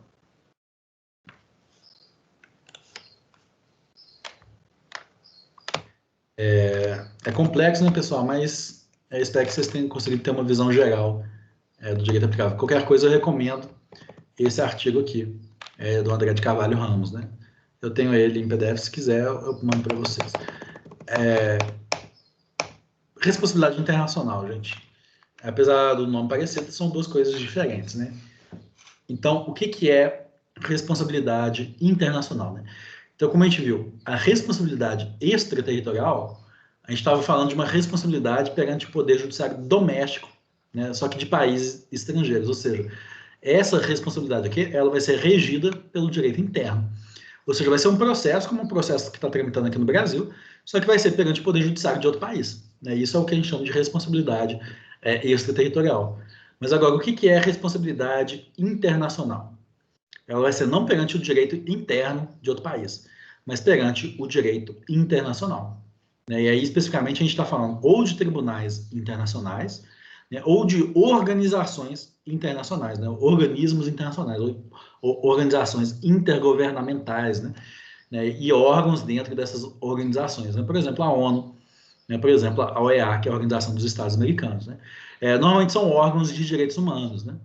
Então, outra questão, normalmente aqui, né, na responsabilidade extraterritorial, normalmente a gente está falando da responsabilidade da empresa, né? Pode ser a responsabilidade do Estado também, mas, em geral, é a responsabilidade da empresa, né? Já aqui na responsabilidade internacional é o contrário, né? A gente está falando normalmente da responsabilidade do Estado, né? Por eventual omissão do Estado nesse desastre ambiental. Né? Existem alguns órgãos no qual a gente pode discutir a responsabilidade de empresa, né? Por exemplo, na OCDE, né, que é a Organização de Cooperação Econômica Internacional, né? Cooperação e Desenvolvimento Econômico, né? Mas, em geral, a gente está falando de responsabilidade dos estados e quase sempre aqui pela omissão em fiscalizar, né, ou conivência aí com esse desastre ambiental que ocorreu, né? Mas também é possível, sim, né? E é justamente isso que a gente vai analisar, né? Quais órgãos são esses, né? Eu trouxe aqui alguns exemplos, né? Vocês conhecem esses órgãos, gente? Vocês já ouviram falar deles, né? Não sei se você já tiver a disciplina aí de direito internacional, né? Mas a Corte Interamericana de Direitos Humanos e Comissão Interamericana de Direitos Humanos, que são dois órgãos distintos, né? Na mídia, né? Os jornais às vezes confundem esses dois, né? Mas são dois órgãos diferentes, né? Corte Europeia de Direitos Humanos, existe a possibilidade de eu levar um processo para lá, né? Se for uma empresa europeia, né? Se for um Estado europeu, né? É possível, né? Corte Internacional de Justiça, aí no caso é um Estado processando outro Estado, mas também é possível isso ocorrer no caso de empresas transnacionais, né? No caso de danos ambientais transfronteiriços, né? Sim, é possível que isso ocorra, né? Mas aí tem que ser uma ação ajuizada por um Estado, né? O Conselho de Direitos Humanos da ONU, que é um órgão que não é um órgão, não é um tribunal, né? Mas que faz aquilo que a gente chama de revisão periódica universal, onde é possível, né, eu analisar violações de direitos humanos, né, praticadas por empresas, grandes desastres, como o desastre da Samarco e o desastre de Brumadinho, estão sendo analisados aí por esses órgãos de direitos humanos. O Comitê de Direitos Humanos da ONU, que é diferente do Conselho, é o comitê que está onde está, por exemplo, o caso do Lula, né, lá relativo ao Pacto de Direitos Civis e Políticos, né? Ele julga casos de violações individuais, né? Então uma vítima eventualmente poderia encaminhar um caso para o Comitê de Direitos Humanos da ONU também. Existe o Comitê de Direitos Econômicos, Sociais e Culturais, que é mais específico, né, sobre questões de direito ambiental, né? Vão se enquadrar mais dentro desse segundo comitê, mas que também recebe denúncias, né? Relatores especializados da ONU ou da OEA, por exemplo, relator da ONU sobre o direito à água, né? Eventualmente, se com um rompimento de uma barragem as pessoas estiverem sem acesso à água, eu poderia fazer uma denúncia relatoria especializada da ONU sobre o direito à água, por exemplo, né? Ou seja, eu trouxe só alguns aqui, gente, mas são os mais importantes, os mais famosos, né? Mas existe uma série, então, de organismos internacionais ou até mesmo tribunais onde eu consigo encaminhar denúncias de violações a direitos humanos, né? E aí incluído o direito fundamental ao meio ambiente sadio, né? Decorrente desses desastres aí de barragens, né? Para poder ser denunciados também perante organismos internacionais, né? E aí eu entro no caso concreto, né? No caso do Samarco, né? Esses casos que a gente está analisando, né? Eles estão sendo analisados por tribunais internacionais ou por esses órgãos internacionais de direitos humanos? Sim, né? Principalmente o caso da Samarco, né? Então, existe denúncias que foram feitas aí à relatoria, como eu disse, sobre o direito à água, né? Existe uma série de denúncias que já foram feitas, né? Mas acho que o mais interessante é essa denúncia que foi feita na Comissão Interamericana de Direitos Humanos, devido ao desastre da Samarco, né? Então, isso ocorreu no finalzinho do ano passado, justamente quando completou 4 anos do desastre, né? Então, essa série de entidades, né, esse consórcio de entidades aqui, principalmente encabeçadas aí pela Justiça Global, que é uma ONG lá do Rio de Janeiro, que é a principal ONG que atua perante a Comissão Interamericana de Direitos Humanos, né? Eles fizeram, então, essa denúncia para internacionalizar o caso. E a gente vai ver por que isso foi feito, se isso é possível ou não, né? Se é possível fazer essa denúncia enquanto o processo ainda está tramitando aqui no Brasil ou não, e para poder saber, prever um pouco o que vai acontecer com isso daqui, né? Antes dessa denúncia aqui, lá de 2019, já existia outros procedimentos lá perante a Comissão Interamericana de Direitos Humanos, né? Principalmente algumas recomendações que ela tinha feito. Eu até trouxe aqui, né? Então, por exemplo, em 2016 teve essa recomendação aqui da Comissão Interamericana de Direitos Humanos, né, sugerindo que o Brasil criasse uma lei para proteger vítimas de atividades de mineração. Né? E aí foi feita a lei Mar de Lama Nunca Mais aqui em Minas Gerais, né? Agora, esse mês passado foi feito o adendo aí ao projeto de segurança, a Lei de Segurança de Barragens Federal, né? E atualmente está tramitando essa lei específica, que é a lei sobre a Política Nacional de Populações Atingidas por Barragens, né? Mas que ainda não foi aprovada, né? Mas essa lei que está sendo tramitando, ela é uma recomendação direta da Comissão Interamericana de Direitos Humanos. Existem outras leis no Brasil que surgiram desse tipo de iniciativa, né? Por exemplo, a Lei Maria da Penha. A Lei Maria da Penha também surgiu de uma recomendação da Comissão Interamericana de Direitos Humanos, né, para que o Brasil criasse uma lei nacional sobre política de gênero, né? Depois que o caso Maria da Penha foi denunciado lá no Sistema Interamericano de Direitos Humanos. Então, aqui também existe essa recomendação e existe também uma lei tramitando sobre esse assunto. Aqui é a notícia no site da Justiça Global sobre essa denúncia que foi feita à Comissão Interamericana de Direitos Humanos. E aí, de novo, não sei se vocês conhecem a Comissão Interamericana de Direitos Humanos e a Corte Interamericana de Direitos Humanos, mas aí eu vou abordar um pouquinho como que ela funciona, né, para vocês poderem saber como que é possível encaminhar uma denúncia, né, para buscar essa responsabilidade internacional, né. Então, existe um sistema de petições, olha só. Na verdade, a Corte Interamericana de Direitos Humanos foi criada pelo Pacto de São José de Costa Rica, de 1969, né, finalzinho da década de 60, né? Mas ela só iniciou suas atividades de fato, né, 10 anos depois, né, quando os países ratificaram o Pacto de São José de Costa Rica, ou seja, 1979, né? E a Corte, especificamente, né, a Corte só iniciou suas atividades na década de 80, né? Na década de 80, foi criada aí começou a serem julgados os primeiros casos da Corte. Então, é relativamente recente, né? Esse sistema atual de petições ele foi estabelecido por uma reforma do Estatuto lá de 2009, né, que foi feita aí pelo então presidente da Corte, né, que é o juiz brasileiro Antônio Augusto Cansado Trindade, né? Então, basicamente, esse sistema aqui, né, que foi estabelecido de petições, onde qualquer pessoa, né, pode fazer uma denúncia para a Comissão Interamericana de Direitos Humanos, né? E aqui uma coisa importante, né? A pessoa faz uma denúncia não para a Corte Interamericana de Direitos Humanos, mas para a Comissão. Então, são dois órgãos distintos, né? Eu tenho a Comissão Interamericana de Direitos Humanos, que vai receber denúncias, né? E eu vou ter a Corte Interamericana de Direitos Humanos, que vai julgar as denúncias, né? Então, as pessoas, né, entidades não governamentais, né, o Estado, grupo de pessoas, né, pode fazer denúncias, né, mas para a comissão que vai analisar, então, essas denúncias. Está no artigo 44 e 45 do Pacto de São José. Essa comissão vai ter uma função parecida com a do Ministério Público, né, de custos legis, né, de fiscal da lei, Porque mesmo se a pessoa desistir da sua denúncia, ela pode dar continuidade ao caso e, eventualmente, ajuizar a ação na corte contra o Estado que praticou a violação de direitos humanos, né? Essa Comissão Interamericana de Direitos Humanos, ela faz uma análise de admissibilidade dos casos, né, antes de encaminhar eles para a corte, né? Então, primeiro eu mando o caso para a comissão, né? E você, advogado, advogada, né? Se você tiver uma vítima, né, de desastre, de algum tipo de violação de direitos humanos, que você quer encaminhar para a corte, para a Comissão Interamericana de Direitos Humanos, para a Corte Interamericana de Direitos Humanos, primeiro você manda para a comissão. Essa comissão faz uma análise de admissibilidade da sua denúncia e só depois o caso pode ir para a corte. Em outras palavras, né, nós não temos acesso direto à Corte Interamericana de Direitos Humanos, né? É errado coisas que a gente vê na mídia, aí nos jornais, né, dizendo que, por exemplo, um advogado ou uma ONG fez uma denúncia para a Corte Interamericana de Direitos Humanos, né? Na verdade, a gente faz denúncias para a comissão, né? Só a própria comissão pode encaminhar casos para a corte, né? E aí fica uma pergunta, né? Eu posso fazer denúncias, né, contra a denúncia aqui, por exemplo, né? Ela busca a condenação internacional do Brasil, né? Ou seja, só quem pode ser réu na Corte Interamericana de Direitos Humanos são os estados, né? Então, como que é possível, né, eu encaminhar o caso da Samarco para o Sistema Interamericano de Direitos Humanos, né? E aí, né, fica a pergunta, né?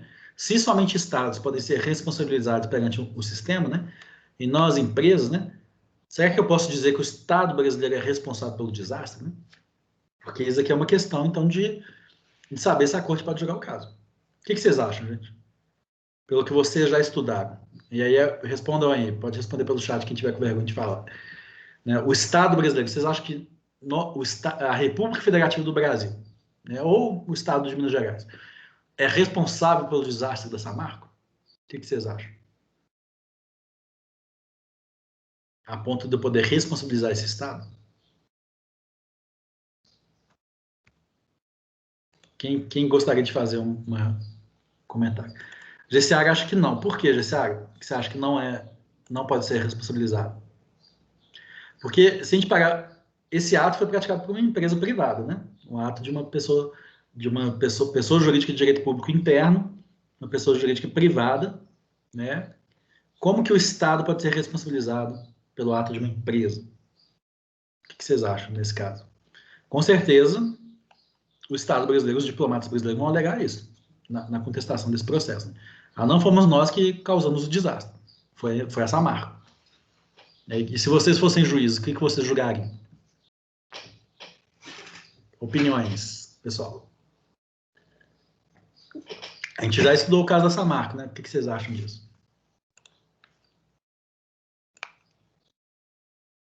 Vocês acham que o Estado teve alguma parcela de responsabilidade? Vocês estão tímidos hoje, pessoal? Maria Cecília, você que sempre comenta, vai me deixar no vácuo aqui? O que vocês acham? Qual que é a parcela de responsabilidade do Estado aqui nesse caso? Acho que vocês estão todo mundo dormindo, hein? Ninguém está prestando atenção no seminário.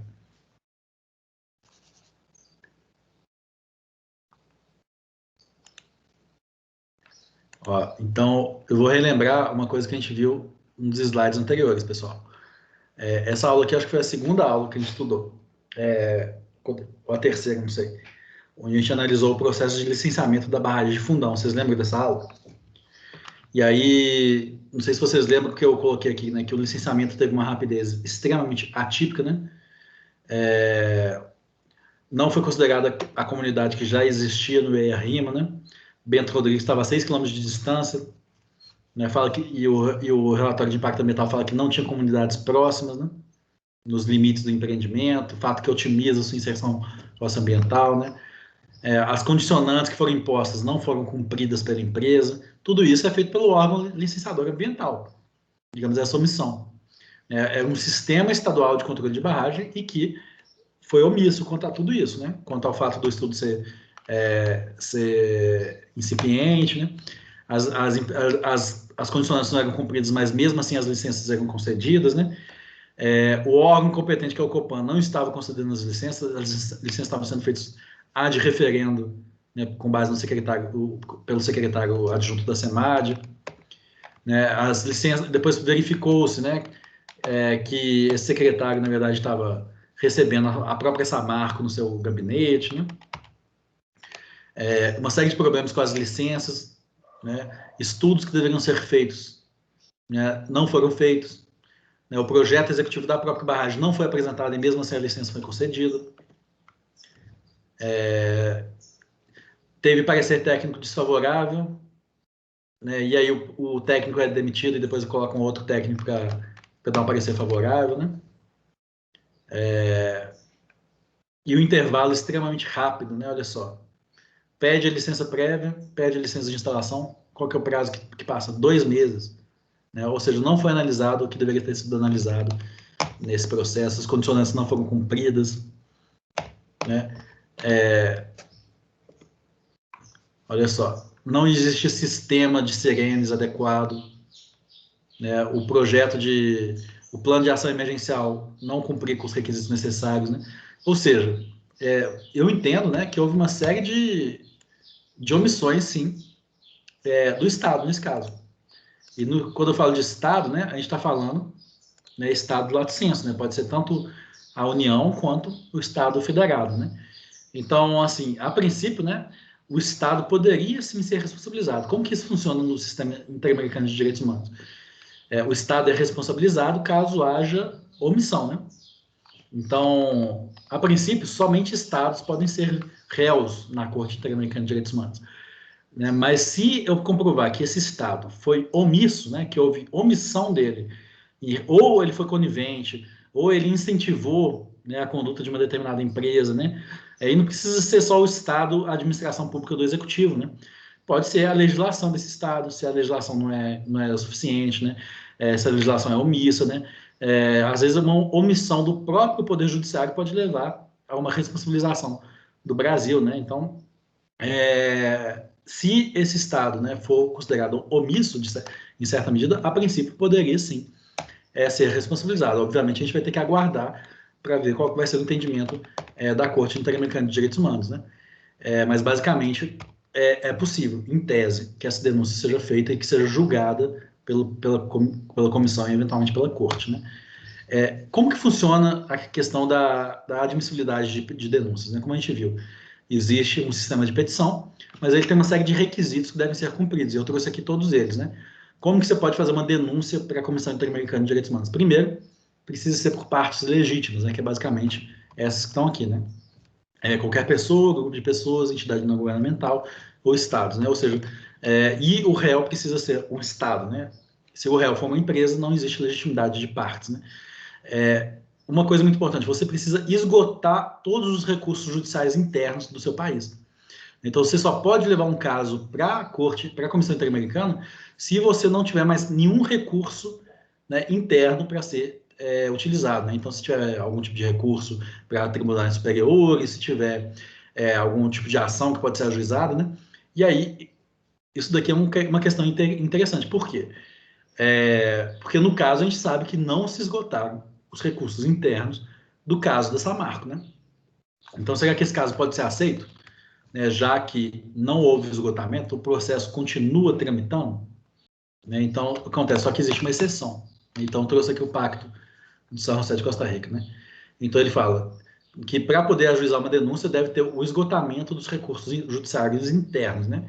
No entanto, né, pode ter, né, uma ação ajuizada sem o esgotamento dos recursos internos, se não existir devido processo legal dentro da legislação interna, o que não é o caso, porque aqui no Brasil existe, né, devido ao processo legal, né, quando não houver permitido o acesso aos recursos, né, então, ou seja, impedimento de acesso à justiça, né, ou seja, quando não houver acesso à justiça para as pessoas atingidas, né, por exemplo, se a justiça exige uma verba para, tipo, não garante a justiça gratuita, por exemplo, a pessoa tem que pagar custas judiciais.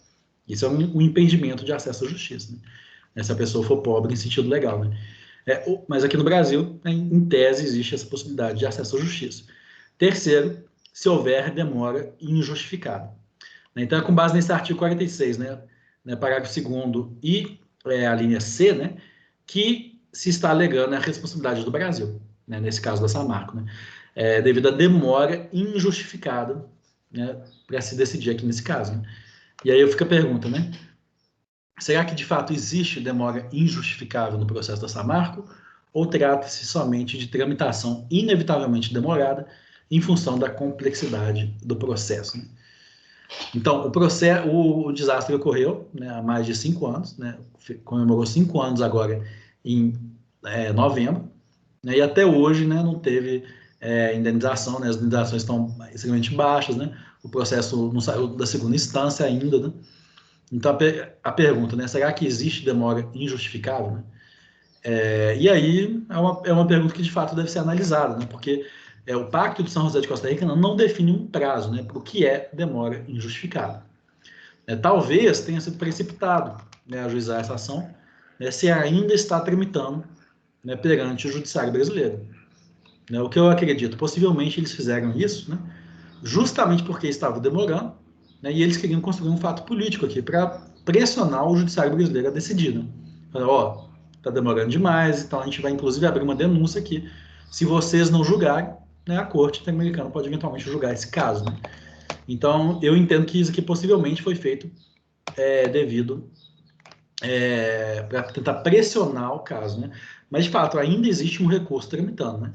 Se essa demora é injustificável ou não, ou se ela é justificável devido à complexidade do processo, vai caber à Comissão Interamericana de Direitos Humanos analisar e, eventualmente, a Corte Interamericana de Direitos Humanos analisar também.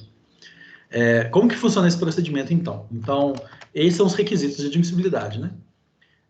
Eventualmente, então, se eu fizer essa denúncia, né, como foi feito aqui de fato, como que é a tramitação desse processo lá perante a comissão, né? Então, eu trouxe aqui também todos os passos, né, dessa tramitação. Então, a vítima, né, ou as entidades que representam a vítima entram, então, com essa denúncia, o que de fato já ocorreu. Precisa de advogado, né? O Pacto de São José de Costa Rica não exige que tenha advogado para isso. Né? A comissão pode reunir causas semelhantes, no caso só existe uma, né? E é apresentado um prazo de 3 meses para o Estado apresentar defesa, que é possivelmente, né, é o que já ocorreu aqui nesse caso. Né? Então, o Estado apresenta uma defesa preliminar. Essa defesa preliminar, o que o Estado vai alegar? Né, não existe demora justificável, não foram esgotados os recursos internos, né? Eu não sou responsável, né? Porque quem é responsável é a Samarco, né? Pode ter certeza que essas alegações foram feitas pelo Estado aqui na defesa. Né? A comissão faz uma alegação, dá um prazo para alegações finais, né? E produz o que a gente chama de relatório de admissibilidade. Esse relatório de admissibilidade é onde ela fala, esse processo é admissível ou não. Né? Ou seja, basicamente ela analisa se foram cumpridos com esses requisitos de admissibilidade aqui do artigo 44 até 47 do Pacto de São José de Costa Rica. Né? Então, ela basicamente vai analisar 1, 2, 3, 4, 5, 6, 7, esses 7 requisitos. Né? Então, é basicamente isso. Ela vai analisar se houve ou não esgotamento dos recursos internos, se a parte é legítima, né? E o Estado possivelmente está alegando que não, né? Que não há legitimidade, que ele não é responsável e que não foram esgotados os recursos internos. Eventualmente, se a comissão entender que o caso é admissível, né? Ela abre 3 prazos para o Estado apresentar uma defesa de mérito. E aí o Estado vai ter que apresentar uma defesa de mérito, ou seja, não basta alegar, né, que o caso não esgotou os recursos internos, você tem que basicamente responder se você é ou não responsável por esse caso. Né? E aí, no mérito, o Estado vai ter que alegar, na verdade, não houve omissão, né, no processo de licenciamento, né, o licenciamento da barragem foi totalmente adequado, enfim. Né, o Estado vai ter que arrumar argumentos para defender que ele não tem parcela de culpa nesse desastre que ocorreu. E isso, eventualmente, vai ser feito nesse prazo aqui de 3 meses. Né? E aí, no caso, a comissão pode arquivar a denúncia ou dar continuidade a essa denúncia. Né? Se ela entender que não existe violação ao Pacto de São José de Costa Rica, ela arquiva a denúncia, faz um relatório final arquivando. Né? Agora, se ela entender que, de fato, o Estado está violando, né, o Pacto de São José de Costa Rica, ela vai fazer um segundo relatório. Né? Então, o primeiro relatório é o que a gente chama de relatório de admissibilidade, né? O segundo relatório é o que a gente chama de relatório preliminar. Nesse relatório preliminar, né, a comissão vai basicamente fazer recomendações para o Estado, né, para ele poder adequar a sua conduta, né, em face das violações ao Pacto de São José. Então, é basicamente, por exemplo, isso daqui. Né, ela pode fazer uma recomendação dizendo: Brasil, você precisa criar uma lei, né, para poder lidar com o caso de desastres de barragens. Né? para poder criar sistemas de proteção para as vítimas, né? Então, isso é uma das recomendações que ela pode fazer nesse relatório preliminar. Foi o que a Comissão de Direitos Humanos fez, por exemplo, né, no caso Maria da Penha.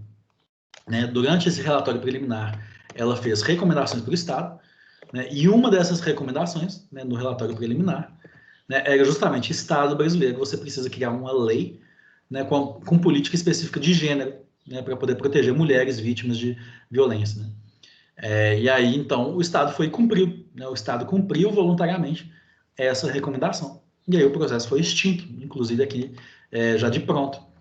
Né, o Estado foi criou a Lei Maria da Penha, o Estado criou as delegacias de mulheres, né, cumpriu com todas as recomendações da comissão. Então, acontece, se o Estado cumprir com as recomendações desse relatório preliminar,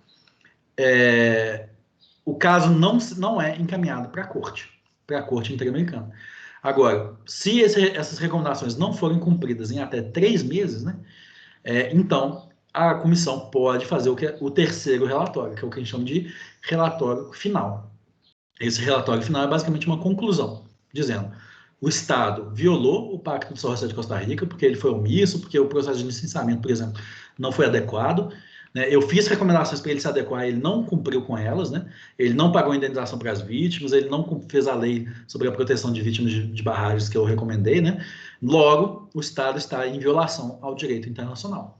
E aí, a Comissão Interamericana pode encaminhar o caso para a Corte Interamericana de Direitos Humanos. Então, basicamente, é esse o procedimento que vai ocorrer. Em qual fase que nós estamos aqui no caso da denúncia do caso Samarco? Né?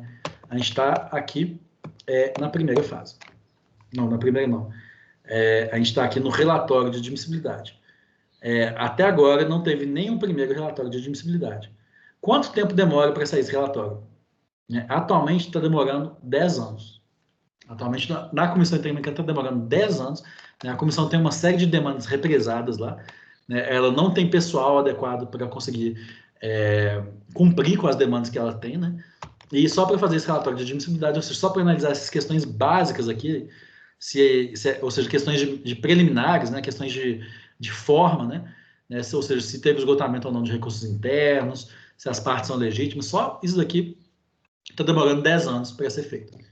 Então, ou seja, a gente pode contar, né, com esse procedimento da Corte Interamericana, né? Não, nós não podemos contar com isso, né? As vítimas do caso Samarco, né, do caso do Rio Doce, elas podem esperar ter justiça, né, aqui na Corte Interamericana, já que o Judiciário Nacional está demorando demais para julgar o caso? Né? Infelizmente, não, gente. Infelizmente, né, essas denúncias na Comissão Interamericana de Direitos Humanos, elas têm efeitos bastante políticos, né? Elas podem gerar efeitos políticos, mas de fato jurídicos, né? Devido a essa demora dos procedimentos, né? Acaba que não tem tantos efeitos jurídicos concretos. Né? Então, de novo, né? Assim como a gente concluiu lá com a responsabilidade extraterritorial, né? Olha, a responsabilidade extraterritorial, ela é somente um caso de última alternativa. Quando, de fato, não tiver nenhuma possibilidade de êxito dentro do Judiciário Nacional. Ela não pode ser banalizada. Né? Então, a mesma coisa a gente pode concluir da responsabilidade internacional. Né? A gente não pode confiar, né, que a Corte Interamericana seja uma quarta instância, né, que vai resolver os problemas do Judiciário Nacional. Né? Tampouco uma alternativa viável a essa demora. Né? Por quê?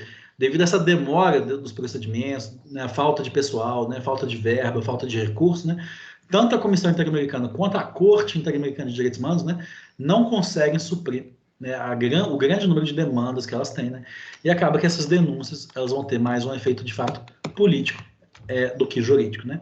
Eventualmente, se as vítimas não tiverem direito à indenização aqui no Brasil, né, pode ser que, de fato, esse processo que está tramitando lá seja a última solução possível.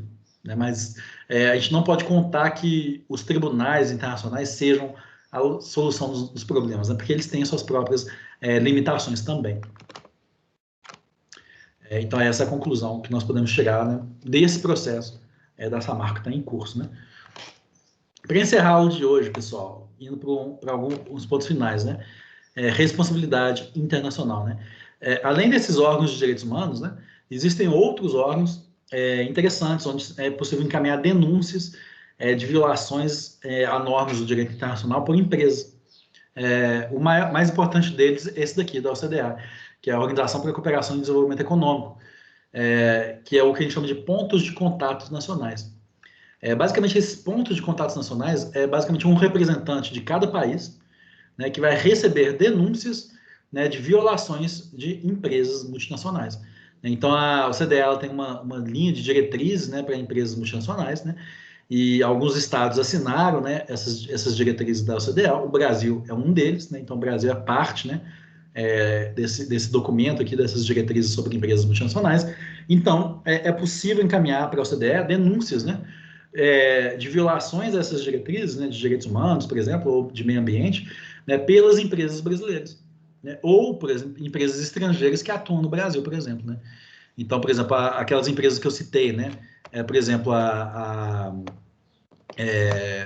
Hydro, por exemplo, que é essa empresa norueguesa, né, a ThyssenKrupp na Alemanha, né, todas elas que são empresas estrangeiras que atuam no Brasil, né, se a Alemanha e a Noruega, por exemplo, no caso, fizerem parte dessas diretrizes da OCDE, a gente também pode encaminhar denúncias para elas. Né? Então, esses pontos de contato nacional da OCDE é um mecanismo também de pressão internacional, né, para poder buscar responsabilizar ou pressionar empresas transnacionais também. Né? Também na OIT, né, na Organização Internacional do Trabalho, né, eles têm um comitê de especialistas, né, que avaliam, né, violações às convenções da OIT. Né, e aí uma das mais importantes para a gente vai ser a Convenção 69, que prevê, né, o direito de consulta prévia de populações tradicionais. Né? Então, por exemplo, né, no caso do Rio Doce, né, existe, né, um povo lá que é o povo Krenak. Né? O povo Krenak é um povo que foi atingido. Né? Aqui no caso do Rio Paraupeba, né? Tem, por exemplo, o povo Pataxó, tem também um povo, acho que é Caxixó, né? Também no Rio Paraupeba, na represa de Três Marias, né?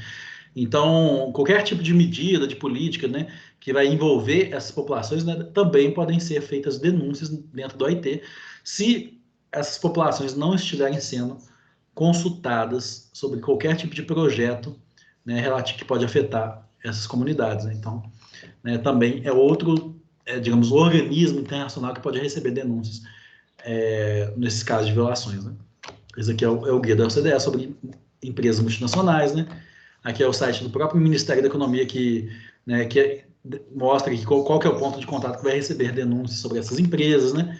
Isso vai ser regulamentado por um decreto que prevê aqui esse ponto de contato da OCDE, né? Sobre empresas multinacionais, né? Então, existe um decreto que regulamenta, né? Essas denúncias internacionais. Né? E aqui no próprio site da OCDE, se a gente entrar lá, a gente pode ver, inclusive, quem é o ponto de contato nacional do Brasil, né? E de todos os demais países aí que fazem parte. Né? Então, perante esses pontos de contato nacional, né, a gente pode fazer denúncias de violação dessas diretrizes, né, por empresas multinacionais. Gente, com isso, aí eu concluo, então, esse tema da aula de hoje, né, que é responsabilidade internacional, né, e responsabilidade extraterritorial. Né. Basicamente, algumas formas, né, da gente poder responsabilizar essas empresas, né, perante o poder judiciário de outros países, né, ou perante órgãos e tribunais internacionais, né, locais onde podem ser feitas denúncias, né, e coisas do tipo. Né. Vou mandar esses slides para vocês. Né. Ainda tem alguns minutinhos, né, mais uns 15 minutinhos aí antes da nossa aula acabar, pessoal. E aí eu queria fazer alguns comentários. Né. Eu fiz alguns adendos aqui, como eu comentei no início da aula, né, só para a gente concluir coisas que eu acho importante, que estão acontecendo aí enquanto nossas aulas estavam rolando. Primeiro, não sei se vocês lembram, né, quando eu falei da política estadual de segurança de barragens, né, eu comentei, né, que o alteamento de barragens a montante, né, que é aquele método pouco seguro, né, de alteamento de barragens, né, ele foi proibido por uma lei estadual, né, mas que ele continuava permitido na legislação nacional. Né. Então, quando a gente teve a aula sobre segurança de barragens, né, foi isso que eu falei, né? Mas recentemente, né, teve essa lei, né, a Lei 14.066, que mudou isso, né, em setembro aí, desse ano, né, 2 meses atrás, que alterou e agora também, né, foi feito então essas alterações. E assim como ocorreu na lei estadual, agora as barragens com alteamento a montante, com esse método, né, a montante, também estão proibidas aqui no Brasil, ou seja, em todos os estados brasileiros, né? Ou seja, não pode ter nenhuma barragem nova que se utilize desse método, e todas as que existem devem ser descomissionadas, né, ou desativadas até 25 de fevereiro de 2022. Né? Então, tem aí basicamente 1 ano e pouquinho, 1 ano e meio, para poder serem desativadas todas as barragens a montante que existem no Brasil. Então, aqui em Minas Gerais isso já estava ocorrendo, né, e agora em âmbito federal também deve ocorrer. Existem exceções lá que estão na lei, como por exemplo, se essas barragens forem impossíveis de serem desativadas, esse prazo pode ser estendido a critério aí do órgão ambiental, mas a regra geral, o prazo então vai ser fevereiro de 2022. Outra coisa que essa nova lei fez, né, ela aumentou a possibilidade de sanções no caso de descumprimento da lei. Então, eu trouxe aqui barragens que violam, né, a Política Nacional de Segurança de Barragens. Olha só, eu listei todas as sanções que eu encontrei lá, que podem ser feitas contra essas empresas. Né? Então, embargo de obra, demolição de obras, suspensão total parcial de atividades, apreensão de minérios, bens ou equipamentos, né, apreensão de bens, caducidade do título, né, do título da lavra, por exemplo, né, restrição de direitos, né, como, por exemplo, suspensão da licença ambiental, como a licença de instalação, a licença de operação, né, cassação, suspensão do registro da empresa, suspensão da concessão, permissão, autorização de lavra, por exemplo, perda de incentivos fiscais, que a empresa, né, perda ou suspensão de linhas de crédito em bancos, né, também pode ser aplicadas. Ou seja, sanções bastante rígidas, aí, bastante duras, né, vamos ver se isso, né, vai servir como desincentivador aí, né, de violações da política de segurança de barragens. Né. O valor das multas foi aumentado, né, e agora as multas, né, por violar a política de segurança de barragens podem chegar até R$ 1 bilhão. Antes não chegava a tanto. Eu acho que a Vale, né, quando rompeu a barragem de Brumadinho, foi condenada, sei lá, em 300 milhões, né, um valor que para ela é irrisório. Né? Não, acho que menos que isso, né, acho que foi R$ 300 mil, né? Acho que foi um valor muito irrisório.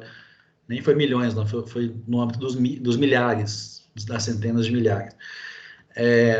Teve alguns vetos do presidente Bolsonaro, como, por exemplo, né, a previsão de que essas multas, né, seriam revertidas para as atividades de fiscalização das barragens. Isso foi vetado, né, o que é uma pena, porque se essas multas fossem para a própria atividade de fiscalização, a gente teria uma maior garantia, né, da segurança. Com esse veto, as multas vão para os cofres públicos, né, para o caixa único aí dos cofres públicos, o que pode fazer com que seja utilizado para qualquer coisa, né? Não garante que vai ser utilizado para atividade de fiscalização das próprias barragens. Também foi vetada a garantia de reparação de danos para diques de águas. Né? Essa garantia, né, é uma espécie de seguro. Né? O seguro também foi afastado, mas a garantia é basicamente um depósito, calção. Né? É uma calção, né, uma garantia que você deve ter, né, para caso ocorra um desastre, né, você ter verba para as medidas de emergência, para as medidas urgentes. Né?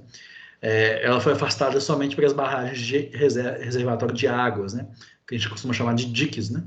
Então, essas barragens de água, né, não precisam também dessa garantia.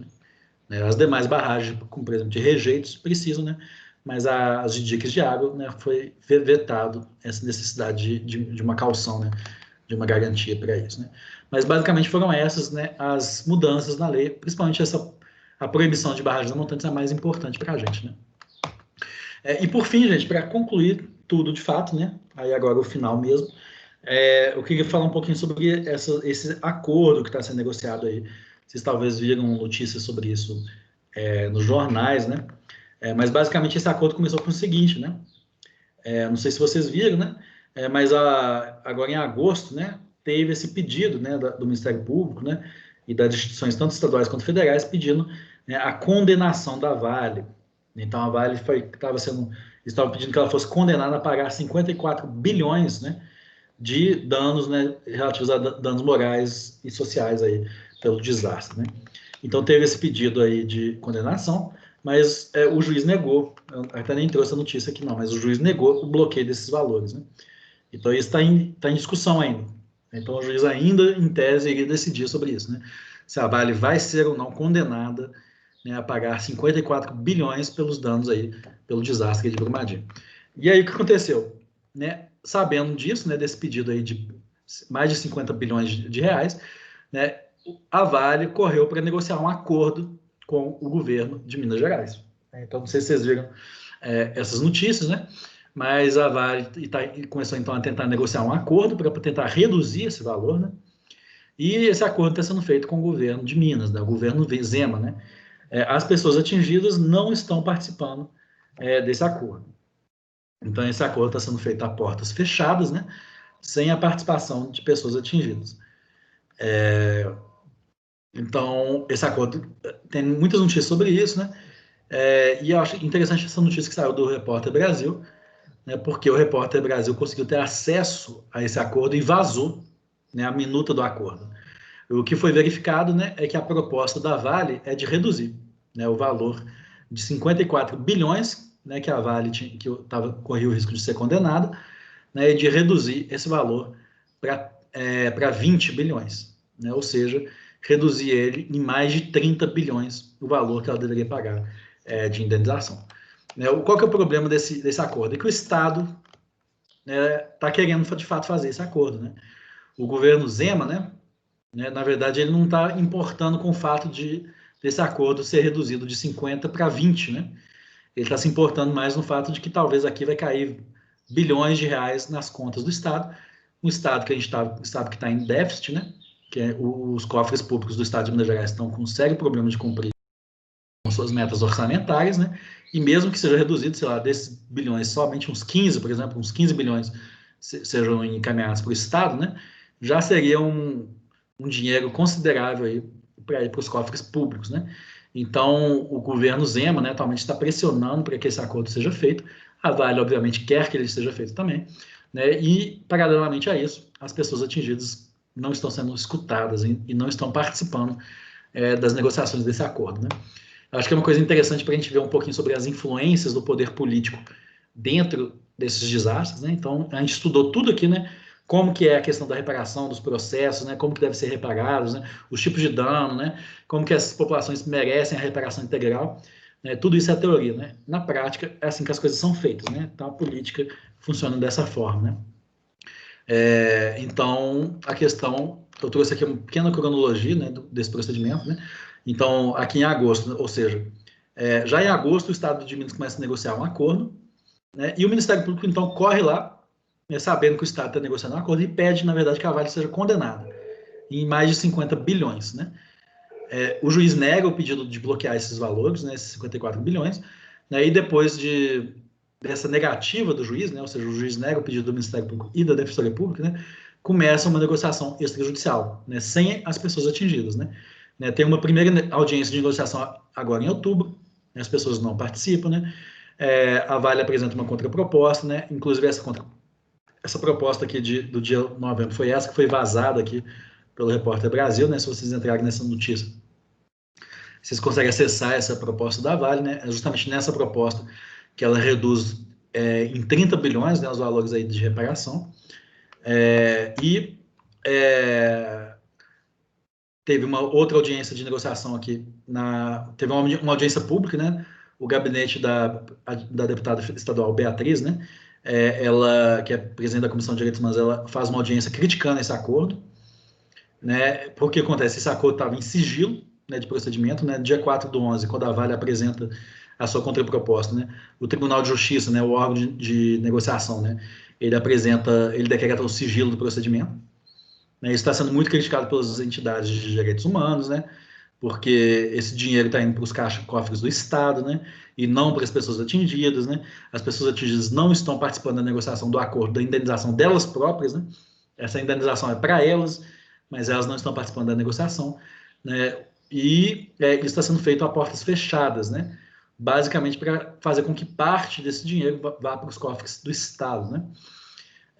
Tem esse prazo aqui, o Ministério Público apresentou uma contraproposta, que nós não temos acesso, né, nós não sabemos, né, já que o procedimento está sob sigilo, né. Dia 17, recentemente, né, semana passada, aí, teve uma segunda audiência de conciliação sobre esse acordo, né, foram centenas, mais de 1.000 pessoas atingidas, foram lá para a porta do TJ protestar para exigir o direito de participar desse acordo, né. Atualmente tem prazos em abertos para a Vale se manifestar sobre a proposta do acordo, né, e está previsto uma audiência agora para o dia 9 de dezembro. Né. Mas basicamente eu fiz essa pequena cronologia do processo, né, e trazendo aqui para vocês saberem o que está acontecendo, né, para vocês saberem que talvez esse caso, né, da Samarco da Vale, no Rio Paraupeba, né, o desastre de Brumadinho, talvez seja resolvido por meio de um acordo, né, e esse acordo atualmente está sendo negociado. Esse acordo é bom ou é ruim? Não sei, eu gostaria de saber. Né? Não sei porque eu não tive acesso à minuta dele. Né? Eu gostaria de ter acesso para poder dizer se ele é bom ou ruim. Mas segundo, né, essa minuta que vazou aqui, a gente percebe que, na verdade, o valor dele está muito baixo. Né? É um valor que não vai ser suficiente, né, para garantir a reparação de todas as pessoas que foram atingidas ao longo de toda a bacia do Rio Paraupeba, né, pela lama da Vale. Né? E além disso, né, a gente, nessa minuta aqui, também a gente vê que tem uma série de projetos, né, do governo estadual que vai ser pago com o dinheiro dos atingidos, né, das vítimas, né, que não tem nada a ver com o desastre. Né? Por exemplo, o Estado de Minas Gerais quer que parte desse valor seja pago para construir o metrô de Belo Horizonte. Uma outra parte, né, o governo do Estado de Minas Gerais quer que seja utilizada para pagar o Rodoanel, né? Ou seja, obras de transporte, obras de metrô, né? Coisas que não tem nada a ver com a reparação das pessoas atingidas. Né? Então, basicamente, é uma nota aí só para vocês saberem sobre essa nova lei e sobre esse acordo que está sendo negociado. Né? Bom, gente, então é basicamente isso. Né? A gente conclui com a aula de hoje, então, esse seminário temático. Né? Obrigado a todo mundo que participou. Né? Para mim foi um prazer aí dar essas aulas. Né? Espero que vocês tenham gostado também. Né? Se tiver alguma pergunta, a gente pode discutir aqui. E se vocês quiserem continuar estudando isso, eu estou à disposição aí na Doelder, estou à disposição para orientar, escrever artigos, né? Para quem quiser continuar estudando esse tema e quem quiser escrever TCC ou artigo sobre esse tema, tá bom? E é isso, vocês têm alguma pergunta? Vamos ver. Maria Cecília comentou, já estou vendo que todo mundo vai falar que é impossível desativar a barra de montanha. Exatamente. O texto da lei, dessa nova lei, a gente não trouxe ele aqui, mas ele é super aberto, né? Ele fala assim, caso não seja possível fazer a desativação por motivos técnicos, né, da barragem até essa data, né, o que é isso, né? Impossibilidade por motivos técnicos, né? É uma coisa tão ampla, né, tão aberta que pode ser qualquer coisa também, né, Maria Cecília? Então, fala que a princípio depende de autorização do órgão ambiental, mas a gente sabe que o órgão ambiental muitas vezes está ligado com os interesses das empresas, né? Nunca vi uma empresa mineradora aqui em Minas Gerais ter um pedido de licenciamento negado. Isso nunca ocorre. Todas as empresas mineradoras sempre têm todos os pedidos de licença autorizados. Né? Então, a não ser que seja aquelas pequenas minerações, sei lá, de areia, de calcário, essas coisas, mas grande mineração de ferro, desses grandes metais, né? É inevitável, né? Então, eu acho muito difícil uma empresa de mineradora falar, não consegui cumprir com o prazo e pedir a ampliação. Acho que é bem possível que seja ampliado, sim, né? Vamos ver, né? Mas é isso, pessoal. Então, se não tiver mais nenhuma pergunta, né, estamos encerrados aí e bom final de semestre aí para vocês, boas provas finais. Um grande abraço para todo mundo. A gente se vê aí nos próximos semestres. Um abraço, pessoal. Obrigado. Então, deixa eu encerrar a gravação.